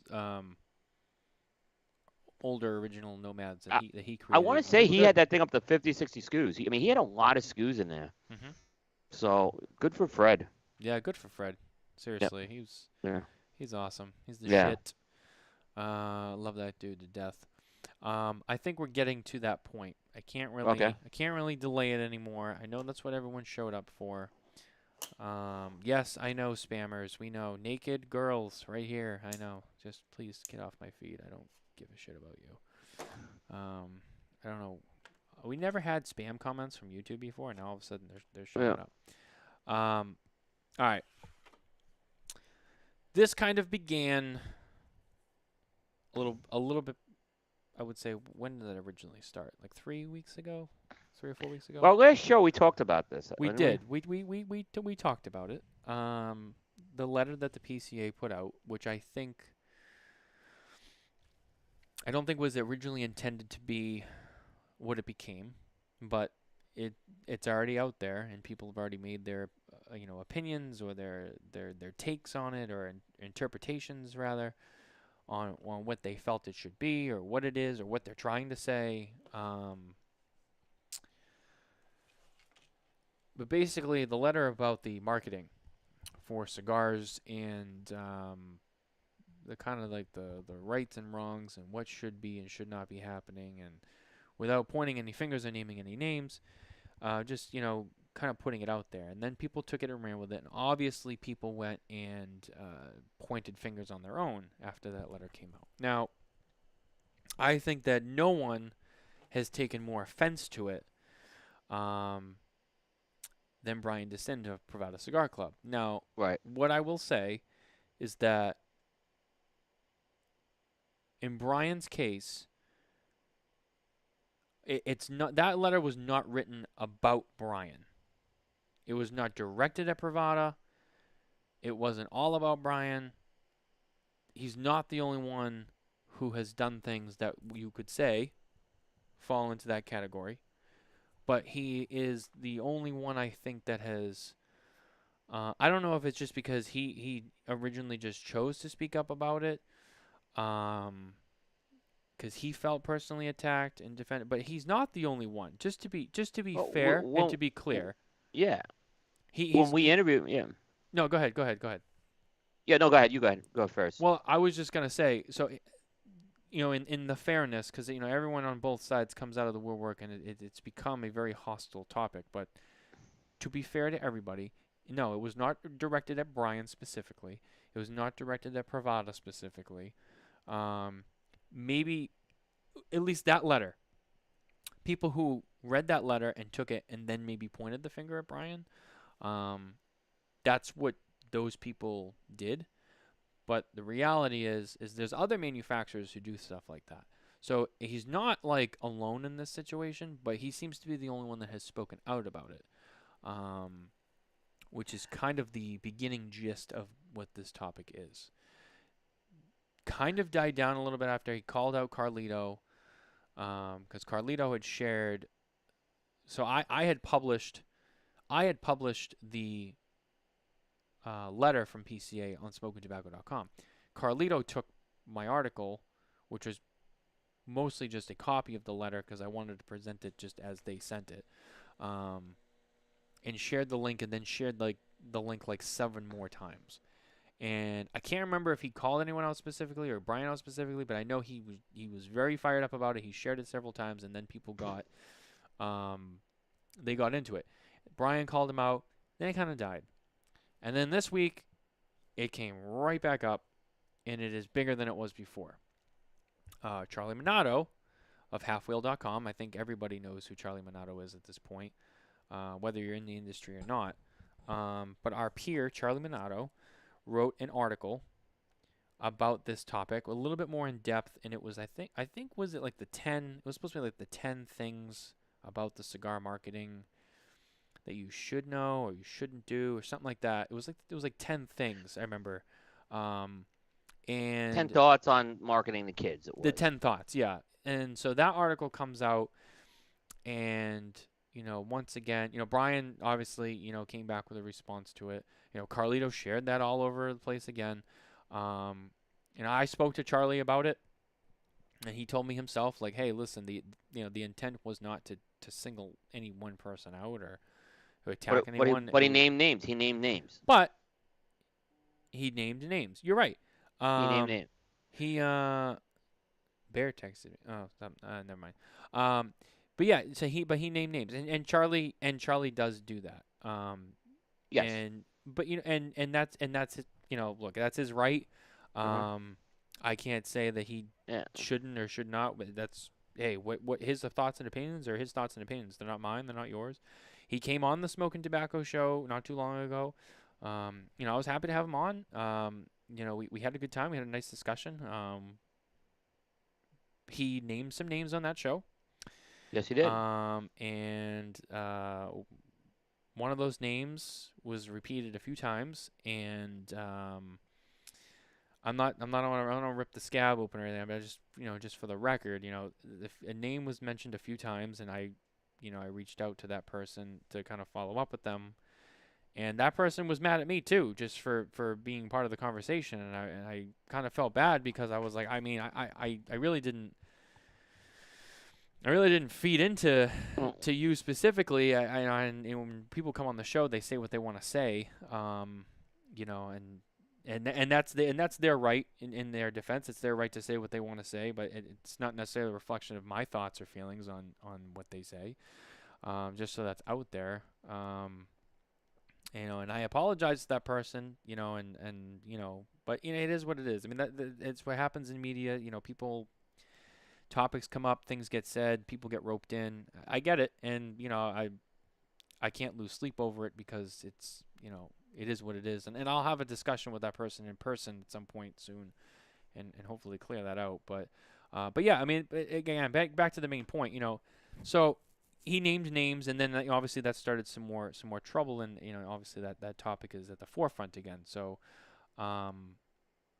We originally talked about the subject before, how we felt on it on the show. Yep. Um, Having said that, now that this has kind of come up in a different way again, what are your thoughts on it at this point? Yeah, I got a few thoughts here. No, thanks, Matt. I think you made some good points there. So let's kind of go with the timeline a bit, with the Charlie Minato article. This actually started when JSK Cigars put out a press release. It came out during the Great Smoke. Um, and it was for a flavored cigar known as Rocky Road. It was a Rocky Road ice cream cigar under a series called Munchies. It's a series that JSK Cigars has been pretty transparent about what they were doing, but when they showed the packaging, it looked like a bag of it looked like a ice cream bag, like is what it was, right? It is something that I took one look at that. I said we're not gonna put that on Coop because again, I think media has some responsibility to take on this. Yep. And this one I don't think was great. This was black and white here. Nothing against JSK, but no, I'm not doing that. And it was passed on, but a few other guys who I have no. Aaron Loomis put it out there, and I have no problem. That's their right to go put that out there, just so you know. And they put it out there, and no one said boo about this. All right, this was, and it was like I said, there were a few websites that put it out there, not small ones. I didn't hear one peep about this release. Okay, now one peep, Yeah. and I know people saw it, right? Because these sites are web. And we get to Tuesday morning, and Charlie puts out the editorial, which I had a feeling was going to come out based on his appearance on your show, and it's a little brief conversation in the DR. Not that I knew he didn't tell me he was putting out an article, but I sensed he was going to probably put a stronger statement out there Hmm. on that, right? Um, he puts the article out there, and I think the straw that brought Camels back was the JSK thing, and he basically in that article articulated everything he said on the Smoking Tobacco show a week and a half ago. Am I wrong? I mean, a lot of what he said in that article, it was He at a did. higher, more abstract level. Yeah. There was there was no surprises in that article, right? There should have been no surprises because Charlie's been on the record. He said some of the things he said were on the record. Some things were not, right? Um, so the thing I'll say about Pravada and Brian, um, he was named in the article. Specifically, the Sesame Street cigar has been the controversial thing. Yeah. Uh, Look, I had a very controversial with Brian. We talked about this issue. He has been. Look, he's controversial again, but the Sesame Street cigar issue, it's been said to him. He's been beat up on this thing time and time again. So I read the article and I'm like, well, I understand Brian's upset, but what did Charlie write that had not been said before? I mean, everything was said before. There was nothing new that suddenly was exposed with Brian. The cream cigar thing was maybe the only other thing, but that was on Twitter even some of that stuff. So Right. I don't understand. I, Maybe this is just building up to a point where I had enough of this, right? But again, there was nothing. And I'll be honest with you, there are companies that are a bigger problem than Brian right now Mm. than this, right? And I'll say Ezra Zion, I think is the biggest problem out there right now with what they're doing, right? Even though it's small batch. Caldwell was named in the article. Caldwell, I think, has gotten away from some of that stuff, just so you know. I agree. They've done a better job with that. Yeah, I mean, he did mention the candy bar thing in there too. So we don't need to, but so I don't know quite what this like. Maybe it's just Brian. Enough's enough, and I've had it. But I wanted to say is there was nothing in that article, and suddenly the story turned from, and it should have been all about blasting Riste for putting out such a release, right? Yeah. He deserves to be blasted on that. But I'll say this, Riste was blasted on some fronts and took it like a man too. So, but yeah, so I don't. But then the narrative all switched over to Brian, right? And his reaction, where really there was nothing new in there that hadn't been said before. And if Yeah. anyone's telling me this is something new, I'd like this because I went through the article again before today's show with Abe and here. There's nothing different. So what was the brouhaha like? Because Brian had a reaction to it. I get it. Yep. And everyone fed to it. Look, if you all don't like Brian, right, then don't keep feeding into him with this, right? Let him just say his thing and just be done with it then. That's my feeling. I just don't. I don't. The more we talk about this, right? And look, it is newsworthy, so we're talking about, right? And I'm going to Yeah. talk about with Bear on Tuesday. Yep. The more we talk about it, the more we're going to pull attention to this. Yeah. So, and in reality, like I said, why aren't we really? And look, I think JSK, their timing of this Rocky Road ice cream thing, they could have picked a better pack. They could have. Look, I understand if he's been working on the project, and he has been working on this project for a while. You did not need to come out with with packaging that looked like that. You didn't. You did not need to do that. You didn't need to call this munchies, right? You know, it was a clear fu to the industry on that, and I think it was a wrong move by him in that case. Yeah, Uh, that was a blatant like that was a just blatant like yeah, that was a blatant middle finger. And then Ezra Zion releasing a Snickers candy bar on Wednesday, cigar called the candy bar. Like what the hell, guys? I mean, so Your mic okay over there? Is it loose? yeah, it's a little loose. I gotta just tighten it after, which I can do. But yeah, so I mean, like I said, the bravado winning is one thing. And look, if Brian's getting beat up on this a lot, he's getting beat up on this a lot. You know, you know, you got to put that stuff out there. You know, if you're gonna do controversial stuff like Rich Day and Brian and stuff, there's gonna be it's gonna come back. I mean, is what I'm just gonna say. Well, Um, then there was I'm trying to remember who made it. Who did the FDA cigar? JSK. Okay. So there's another so that's not even like marketed to its kids or whatever, but talk about doing something that directly blatantly gives the FDA fuel. Like you make a Yeah, cigar like that. I know it's not part of that same argument, but in the bigger picture, like why don't we rope that in too? Why would you put out a cigar like that? And like I understand you're trying to be like, you're if I stirring can the make pot. it, but it's You're like, stirring the but pot. you You're know what? playing to a base that wants to do Yeah, that. Yeah. but you're putting a target on you're not just putting a target on you're putting a target on everyone's back. Because someone's gonna see that and go, "Oh, cigar people, like, oh, fuck us." Oh, Yeah. okay. No, the one asshole did it, and now the rest of us Well, have to.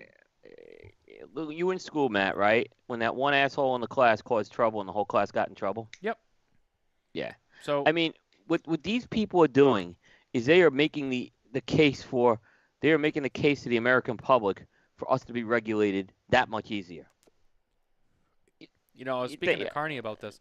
Yeah, Car- well, he actually doesn't want to put that in my head. Yeah, well, Carney yeah, had a lot of things to say on it, and I know that he's been wanting a platform to say some things, but you know, his his stance on it was like, look, this is in such disarray with people on like so divided on it and fighting over it. This is an industry that's crying, we can't self-regulate ourselves. So yeah, please, FDA, come further regulate our industry because we can't do it yeah. ourselves because there's so much infighting over it. And that's a good point. Um, there is a lot of infighting over it, Yeah. and it makes the industry look worse than it needs to be. And if anything, you're asking for more regulation because you can't deal with it on your own. You know, and then the Boutique Cigar Association. God bless them. Hmm. I know you got a lot They to say about this one too. so they come out and they make a state because they always make a statement, right? Yeah. So they make a statement like they love Half Wheel, right? That's the only media source they talk to, by the way. Mhm. So they'll share everything from Half Wheel, just so you know. Um, okay, and that's sour grapes maybe on my part, but let's kind of I'll put that aside. Um, they share the article, they put a comment up on it, thing comes down, right? Yep. Like why are you pulling the statement down? Well, someone spoke without the board's approval. I'm like, that's come on, what are you guys really? You're an association and that happens. Then they put a statement up, and it's the most obvious statement. We call for self-regulation, and we're calling for our committee to do this, like with no plan of action to do this, like.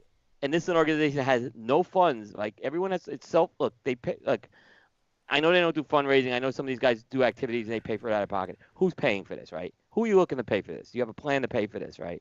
Or you're just looking to dump this on the PCA, right? And look, I'm going to say this. I got into this with Jay. Self-regulation is not going to solve this problem. No. It will help it. It will mitigate it, but it will not solve it. Because why is that someone will find a factory that will make these cigars. They'll release the cigars unbanded. They'll put it in a craft paper bundle, and someone will put a cute sticker on it, and there you go. And it won't matter. So, you're not going to need to do any self-regulation in that case.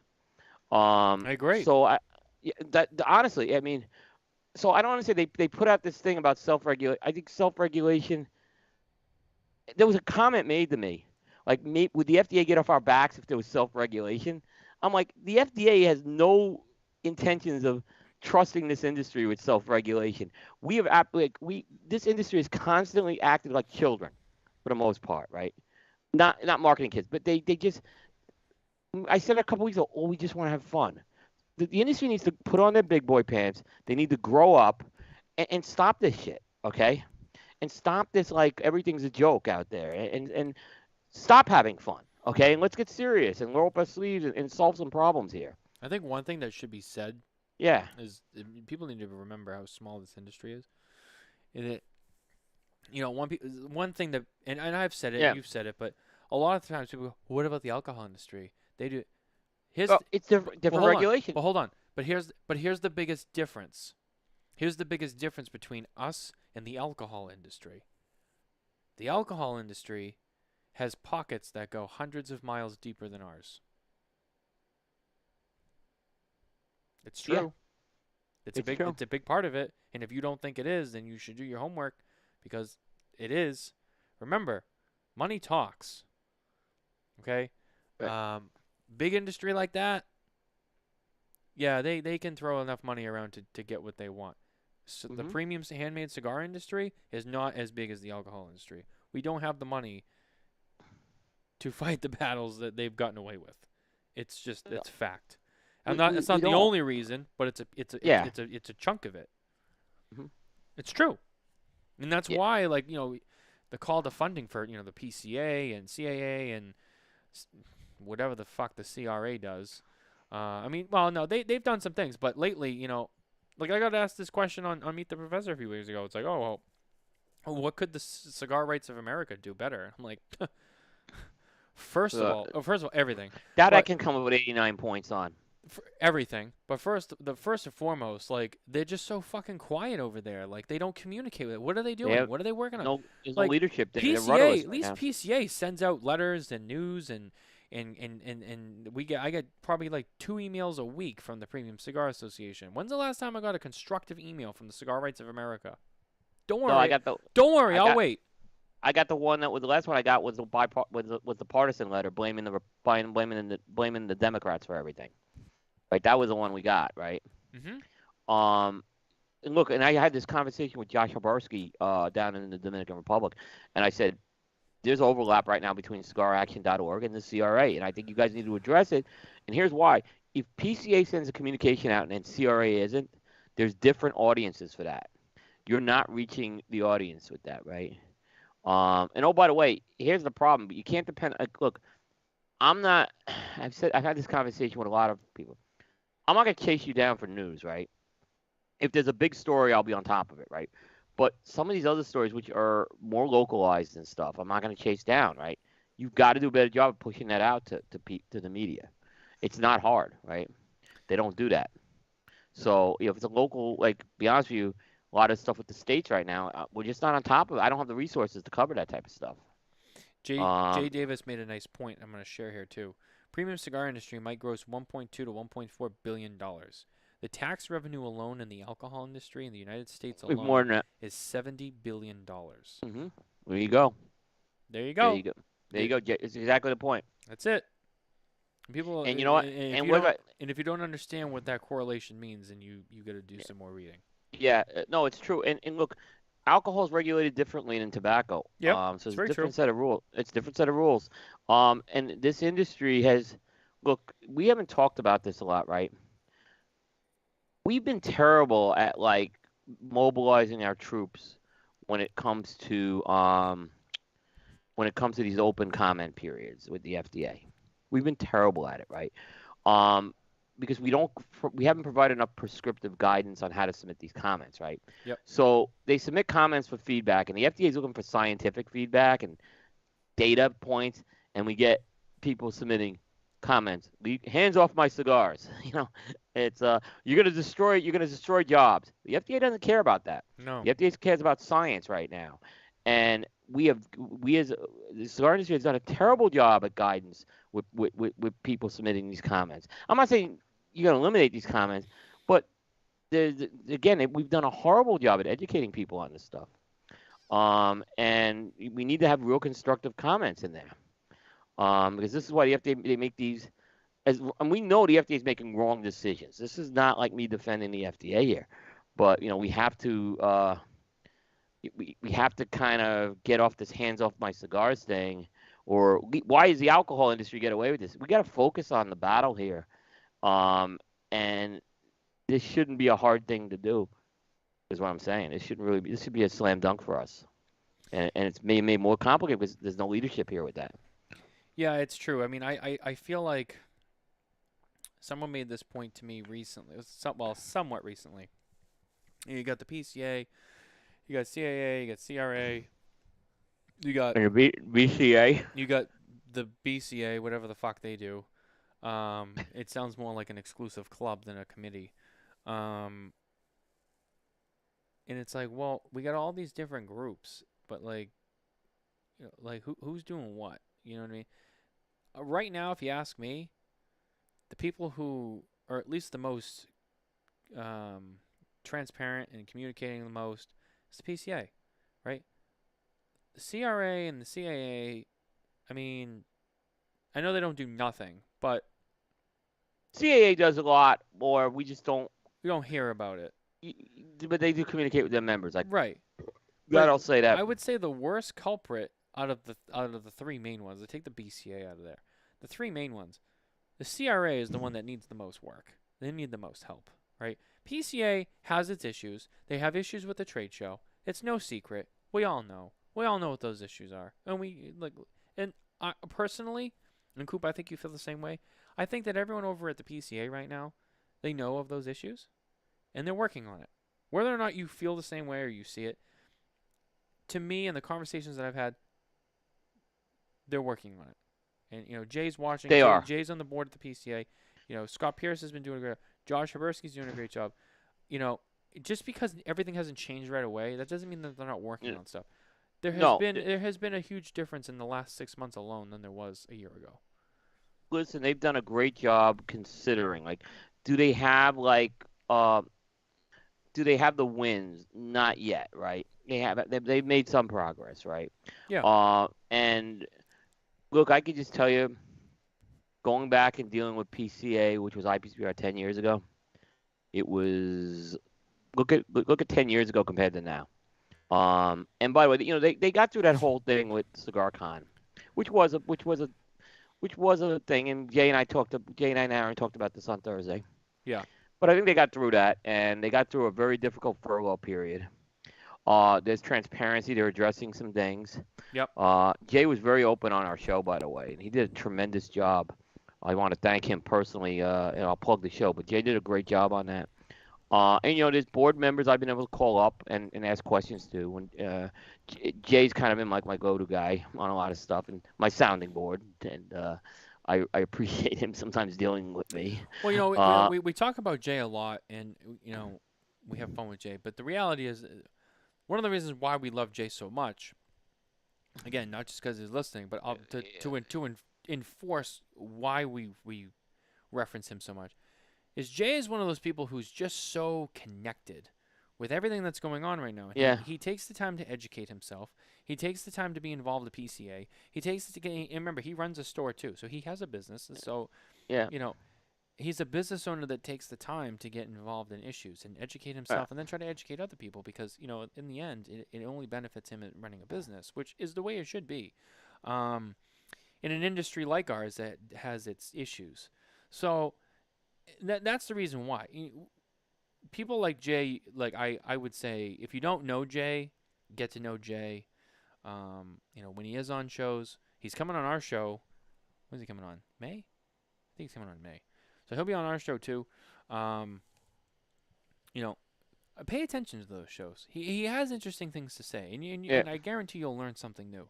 You might not agree with him, but you'll learn something. I'll say that. And even if you don't agree with him, you might get into a topic where you might disagree, but you didn't know you had feelings on that until he brought it up. So I mean, there's a couple of things I've gotten to Jay, and I've said I disagree with it, and he's always been like very respectful back to me on it, right? And there's other times I've disagreed with him, and then he's got me thinking. I'm like, well, he's not wrong. Maybe he's got something here. So yeah, I've always gone out with an open mind too. We agree more than we disagree, is what I'll say. People always use that term like, oh, he's a thinker, but seriously, like Jay Davis is a thinker. Yeah. And I've had a lot of conversations with him. I had a lot of conversations with him last weekend down at the Great Smoke. He has Yep. some very good things to say. And I would say that it would be nice to see even more people like Jay, um, Yep. who don't just go like, I just sell my cigars. I don't give a shit. Like, no, Yeah. well, what's going on? Like, what's going on in the industry? And Yeah. it's definitely a good thing to have. So when these conversations come up, um, you know, you can kind of maybe be involved more, or you can have more of a voice because you listen to more people like Jay, Yeah. who have things to say. In terms of the marketing thing, like, look, we have talked about it on the show before. Um, you know, you kind of know how Coop and I feel about it. We're on the we're both on the side where we feel that a lot of that stuff probably shouldn't happen. And the reason for that is not because we're picking on anyone specifically, but because when you look at the facts and the things that the FDA has openly said to us as an industry about some of the things that they see, and their biggest thing is flavoring, and which kind of goes hand in hand with and kids. The marketing to Yep. kids or trying to appeal to kids. That's going to be the biggest thing. The biggest thing right now is they don't want kids having access to it, or trying to target them into getting into it later or whatever. And we agree because you know what? All that does is just paint a target on our back, and we don't want them to have anything to hold over our head. Like, well, you guys are trying to trick kids. Oh, you're trying to get kids. You got that dangling carrot there for kids. Hmm. No, and because that's not what we're about, and it's been said so many times. That's not what we're about. Some people go rogue, and yeah, they want to have fun, and I get it. And trust me, if this industry was a little bit different, I'd be like, you know what, knock yourself out, make all the fun shit you want to do. Other industries get to do it, but our industry is not like those other industries, and we don't have that luxury of being able to always get away with it. And I feel like if we just kind of let it run wild, eventually it'll bite us in the ass. Yeah. That's And what I then what think too. what happens is we get bit in the ass, and then we get things taken away from us, and then that little bit of fun that you guys wanted to have, now no one gets to have any fun whatsoever with anything. And and then as everyone as a whole is like, oh shit, like now it's not like what it used to be. And it's not to blame anybody specifically. Again, it's just it's the ideology of the concept as a whole. And it's just something to think about. And I think that's, and no one's, and Coop and I are not up here like screaming at people being like, oh, you suck and take that shit. Like, we disagree with it. We disagree with the concept. We don't think that it's a good idea business wise, for the industry. And that's really it too. It's no, and That's all. if people take offense to that, like, I'm sorry, but like, we at least we've provided factual information on why we feel that way. We're not just going and targeting people like Brian or Ezra Zion and calling them out and just being like, "Well, you guys do that, so you suck." Like, no, that's not what our narrative Yeah. is. It So, shouldn't be. Well, I'm not. There's enough. There's enough around. Unfortunately, it's not one problem. It's not one person is the problem. mhm. Um. So it's not and gonna that go doesn't away. and that doesn't mean and that doesn't mean that because of those few products that are out there, that doesn't mean that we're saying that the companies as a whole just shouldn't exist. No. Because they make other things that are, like a regular thing that doesn't really fall into that questionable category. So it's Yeah. not like, well, you just shouldn't be in business. Right. There's just very specific items. It's very specific Yeah. items that it's like, look, in the grand scheme, this is what the FDA has said to us before. They see these things, and we have to say we don't do that. And then they go, well, what about that though? Rocky Road ice cream. What do you do? Rocky Like, Road. kids love that. Or It's what like, do you? well, I wh- don't know. And then we look like assholes with a thumb up our ass because, like, well, yeah, that guy did that. Oh, yeah. I mean, and it's more than that. I mean, it's because it's gonna be asked, but I said media has a responsibility here too at this point, and I think they need to look closely at what they're covering, and make some decisions on that. And it's tough. We can't totally not cover a segment of the industry either. Um, but if you also, the influences stop dressing up like superheroes and stuff like that. That ain't helping either. Okay. That's not helping. I'm not I saying didn't you even guys see are. any of that. Who's doing that? I'm not gonna go there.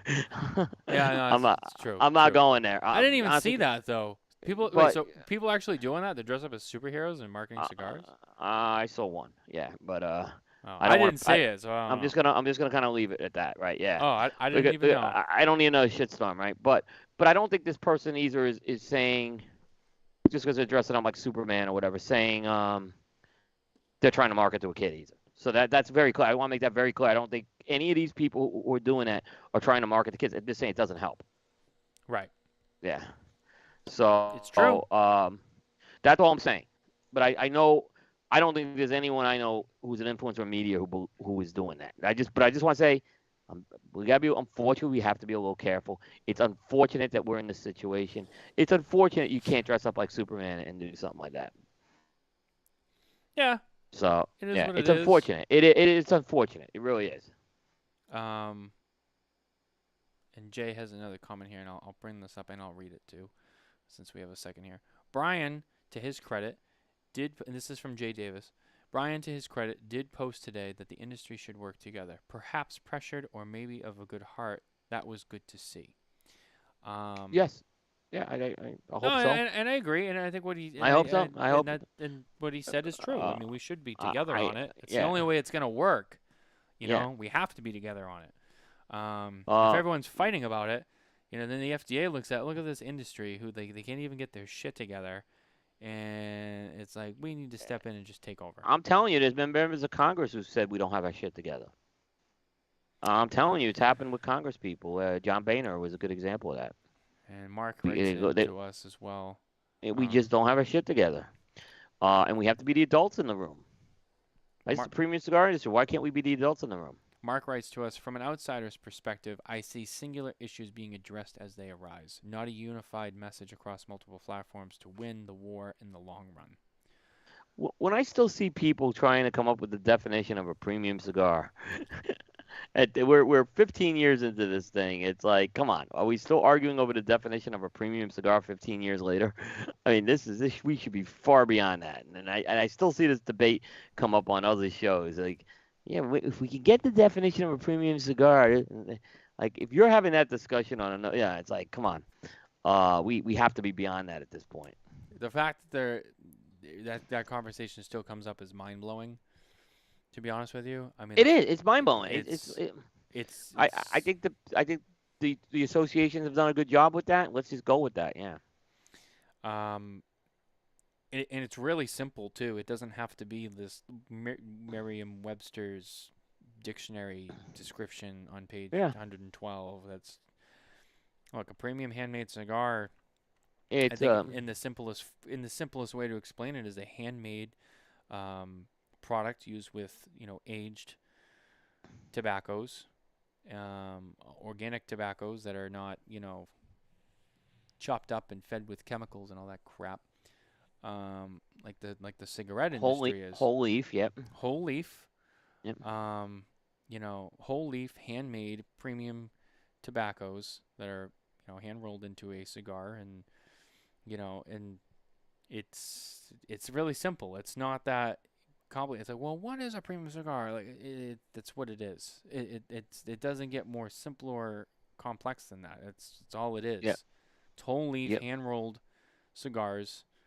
Um, Yeah. what else does there really need to say? The fact that they're still pissing around with this thing is like When I why? see this, like, yeah. Well, I think some of it's because of the flavor. Unfortunately, it's thrown a little Well, bit of an the argument. flavor or infused, Yeah, which that's I might be a think where better it's going. term. I understand that does create some complications. Now, does that also mean that I feel like that shouldn't exist? No, we shouldn't lose onto that because that only hurts everything else too. The flavored conversation is an interesting one because obviously it's I think it's the primary issue right now because it's the easiest one for them to really target right now. And Coop, in your opinion, do you think that the big boom of all the flavored vape juices and stuff from a few years ago really brought that much more heat onto the industry, or was this really that big of an industry before that?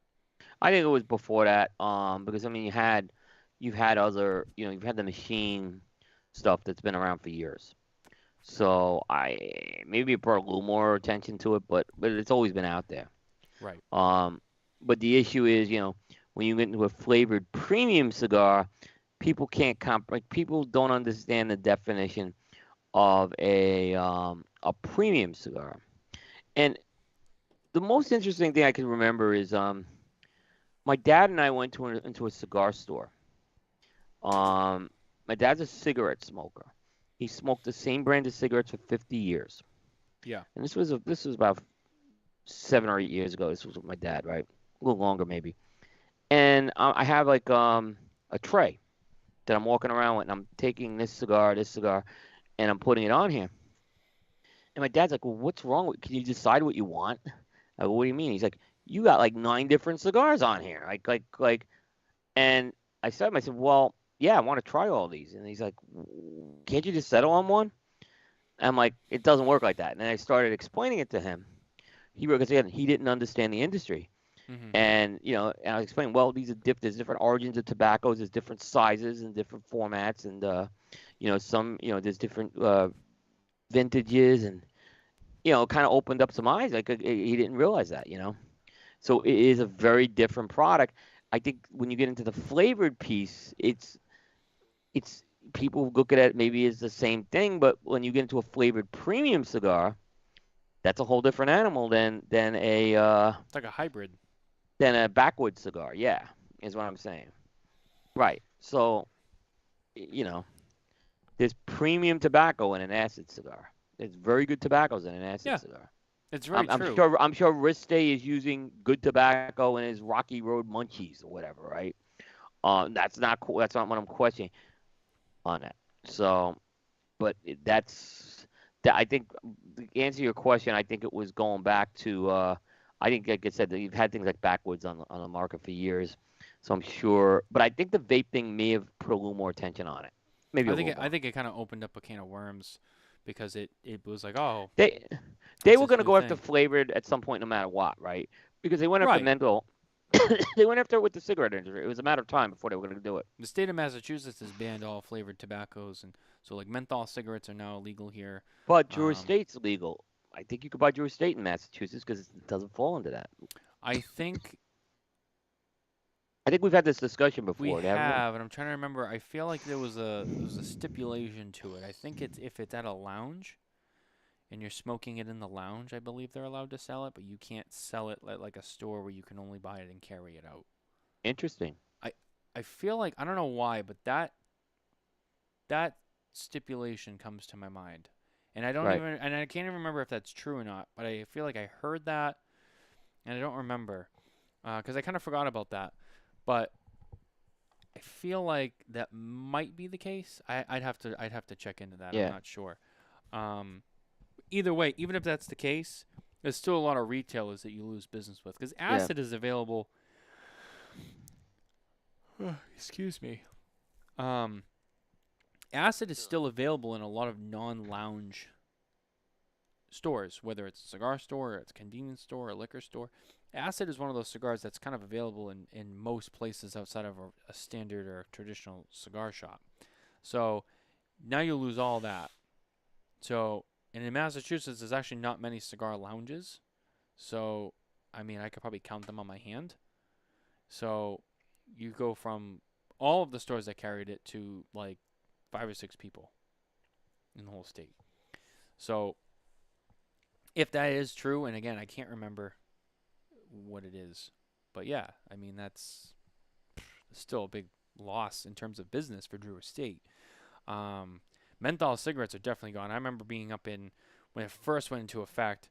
Um, a lot of the cigar shops that I hang out in were right over the border in New Hampshire, and um, you'd see people come in all the time, be like, "Hey, you guys have cigarettes? Hey, you have cigarettes? Hey, you have cigarettes?" Because they're coming over the border looking for menthols because they can't buy them, you know, a half a mile down the road inside Massachusetts. So they all come over the border looking for them, which is now the new thing in that area, or at least it's been for the last year or so. Jay, does anyone in Massachusetts still buy tobacco there, or does everyone go to Pennsylvania or New Hampshire? To be honest with you, I still Oh, buy some of it here. Um, there are people. Yeah, I mean, you got central Massachusetts and stuff where people are buying cigars. Because once in a while I'll pop into LJ Peretti downtown. Mm. because I know some people over there and they're good people, and I try to support them when I can. But yeah, I mean, for the most part, I do. I'm buying from up north, especially considering there's no sales tax or tobacco tax in New Hampshire, which not a lot of people realize. Yeah. It's both. So you pay the straight retail on those, and most of the retailers up there don't usually jack up on like special stuff too. So when you find stuff up there, you're paying the actual MSRP and not a dollar or penny more. Yep. Um, Jay, you are correct on that. Um, I don't think it was huge public knowledge, but yeah, he was. I don't know if he still is, but he was. Um, I met him in there a few times. Um, sorry, I forgot where I was going with this. My brain's starting to get foggy. But yeah, so but again, yeah, so in this area, yeah, that is the case. It's definitely a haven. Pennsylvania is the same way. Um, in terms of, states that are definitely more friendly to cigars. I mean, Massachusetts, New York, California are definitely not the best states if you have to buy a lot of cigars or higher priced cigars in, because I mean they're going to get you on those taxes. Even Nevada has high tobacco taxes. They're another one too. Mostly because of the areas you buy them in, such as like Las Vegas or Reno, the very high tourist areas. I mean, yeah, I feel like those are even higher because you're buying them in a touristy area, which anything in a tourist area is always more expensive anyway. Um, and the state of Nevada basically relies on tourism taxes or an income from tourists to survive. That's pretty much their bread and butter. So, um, yeah.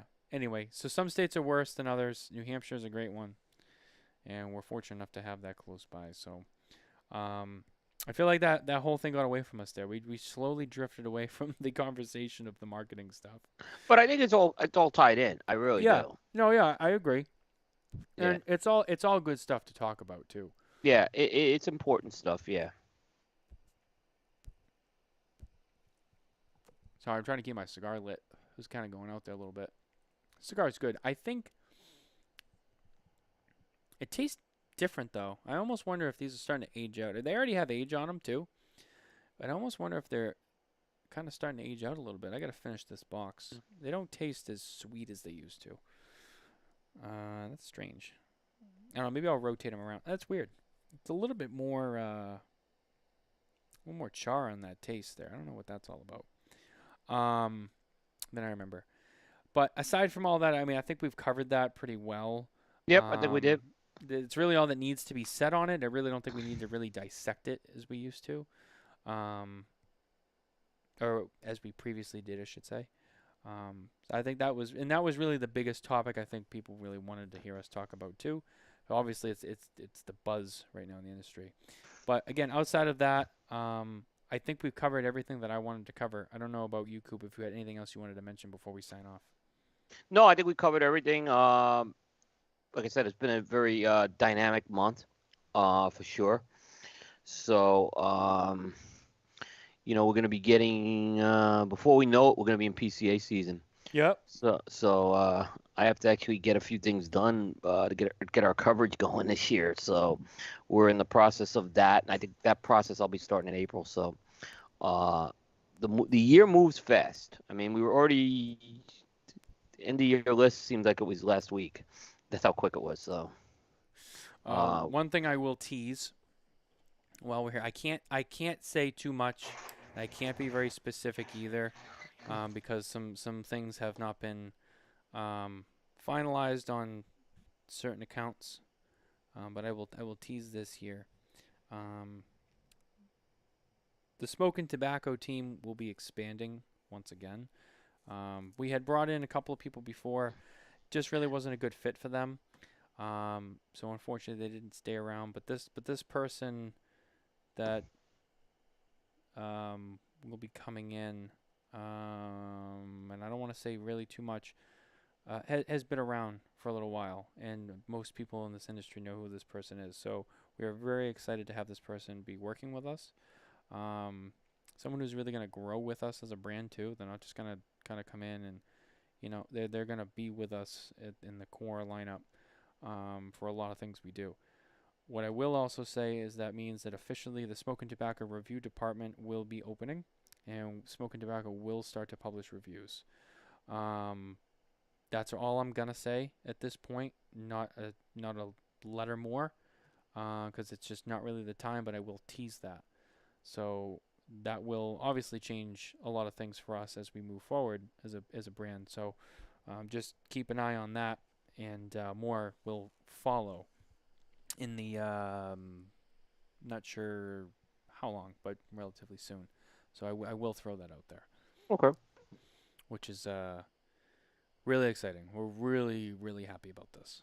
It's going to be really really fun for us, but also it's gonna be great for everyone involved as well. So really excited for that. So keep an eye out for that. There's going to be some new exciting things coming, and the smoke and tobacco reviews will be coming. So we will be dipping our toe into the review game. I might even start to do a few as well. Having said that, so that'll be something that I will tackle because I won't have to do it alone. So we'll see. But other than that, that's really all I got. Oh, okay. I guess if I could plug a couple of things. Absolutely. Okay. Next week's like a huge week on Cigar Coop. Um, Not only will I have some of the more of the pro cigar articles, particularly the Fuente article. Hopefully, I get this done tomorrow. But Monday, primetime jukebox. We're starting our version of like we've done a similar thing like the McAuliffe Madness, but we did it with music. This year we drafted 90s albums from the 1990s. So John McTavish and Hector participated with Dave and I. We did a draft show where we pick our selections that are going to go into the tournament. So that will be Monday. We do that. On Tuesday, Bear and I will be on. We're doing special edition. We're going to talk more Great Smoke. I think we're going to talk more responsible marketing, but we're also going to be doing our aging experiment on the Aladino Corojo Reserva Figurado, where we take a cigar, age it, and then age it a little more and see how it goes. I've heard So really good things about that specific blend getting additional age. I know people who do it.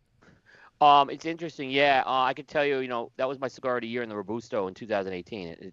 And it does have an interesting effect. Hmm. And we do. This is the 6 month interval. We're a little late on the 6 months. I think we're doing it like 7 or 8 months. But we do 6 months and then we do a year, and we discuss how it's changed over time.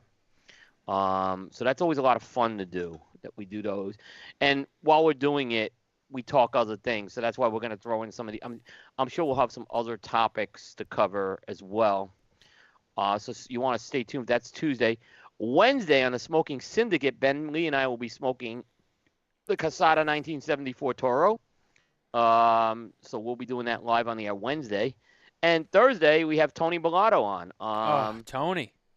Which I'm gonna tell you funny. Yeah. Tony actually, he's got the new company actually. So I wanted to uh, bring that up. I forgot all about that. If you haven't yeah, heard, sorry, Coop. I'm gonna throw this at you real yeah, quick. no, that's fine. No, totally Tony fine. Bellotto of La Barba Cigars has now launched a new cigar venture called Bellotto Premium Cigars, which, if I understand, Coop, correct me if I'm wrong, this will be separate from La Barba. Yeah, and I think he's doing, and I'm gonna ask him this, but I think he's doing this because this is a project with his father, and he Okay. has a Yep. partner already on La Barba. So I think it made some sense to do a separate company with that. Yeah. But Tony has like 3 companies now because he also owns a piece of Lost and Found. Yep. And I think I'm gonna have some interesting discussions with Tony on Lost and Found. So because I think Lost and Found they've been changing how they're doing things over the last couple of years. Uh, and I think Lost and Found created that whole concept. I mean, they really made that thing popular. So Tony, but Tony's an extraordinary palate. I mean, you've interviewed Tony, haven't you? Yeah. Yeah. Guy's got an extraordinary palate, and He's coming on the show in March. Yeah, a couple weeks. okay, there you go. All right. So Tony's red hot right now, but no, great guy. So yeah, a full week next week because I think the week after I'm actually taking off again. I have to deal with some other stuff personally, but so yeah, there's gonna be a lot next week. Stay tuned. Yeah, it'll be exciting for sure. This week we have Glenn Case of Christoph Cigars coming on the Smoke and Tobacco Show. And then we'll be back 2 weeks from tonight with another episode of the Spare Notes series. And then I believe after next week, who do we have? I'm drawing a blank. I don't. Is that the week Tony's coming on? No, I believe. So this week is Glenn Case. The week after is Henderson Ventura. That Yep. Ventura. Yeah. And then I think the following week after that is Tony Velato. So some really interesting shows coming up. So don't forget to check those out on Thursday Yeah. nights at 7 p.m. Eastern, as well as everything that Coop's got going on that he just mentioned too. 'Cause Yeah. Coop's got a lot to do. Yeah. We have some more guests. We have the book, which we're finalizing those actually. But the other thing we're doing is later this month, Espinosa Cigars has Lizona Palooza. Cigar Coop will not be there this year. But we will be covering it. And normally the media people have always had a night that they get to do Lizona Palooza. They usually do it from on site. Couple years ago, we decided we wanted to do the pregame show. And I've always asked if we can have that pregame show slot because I think it's a better interview.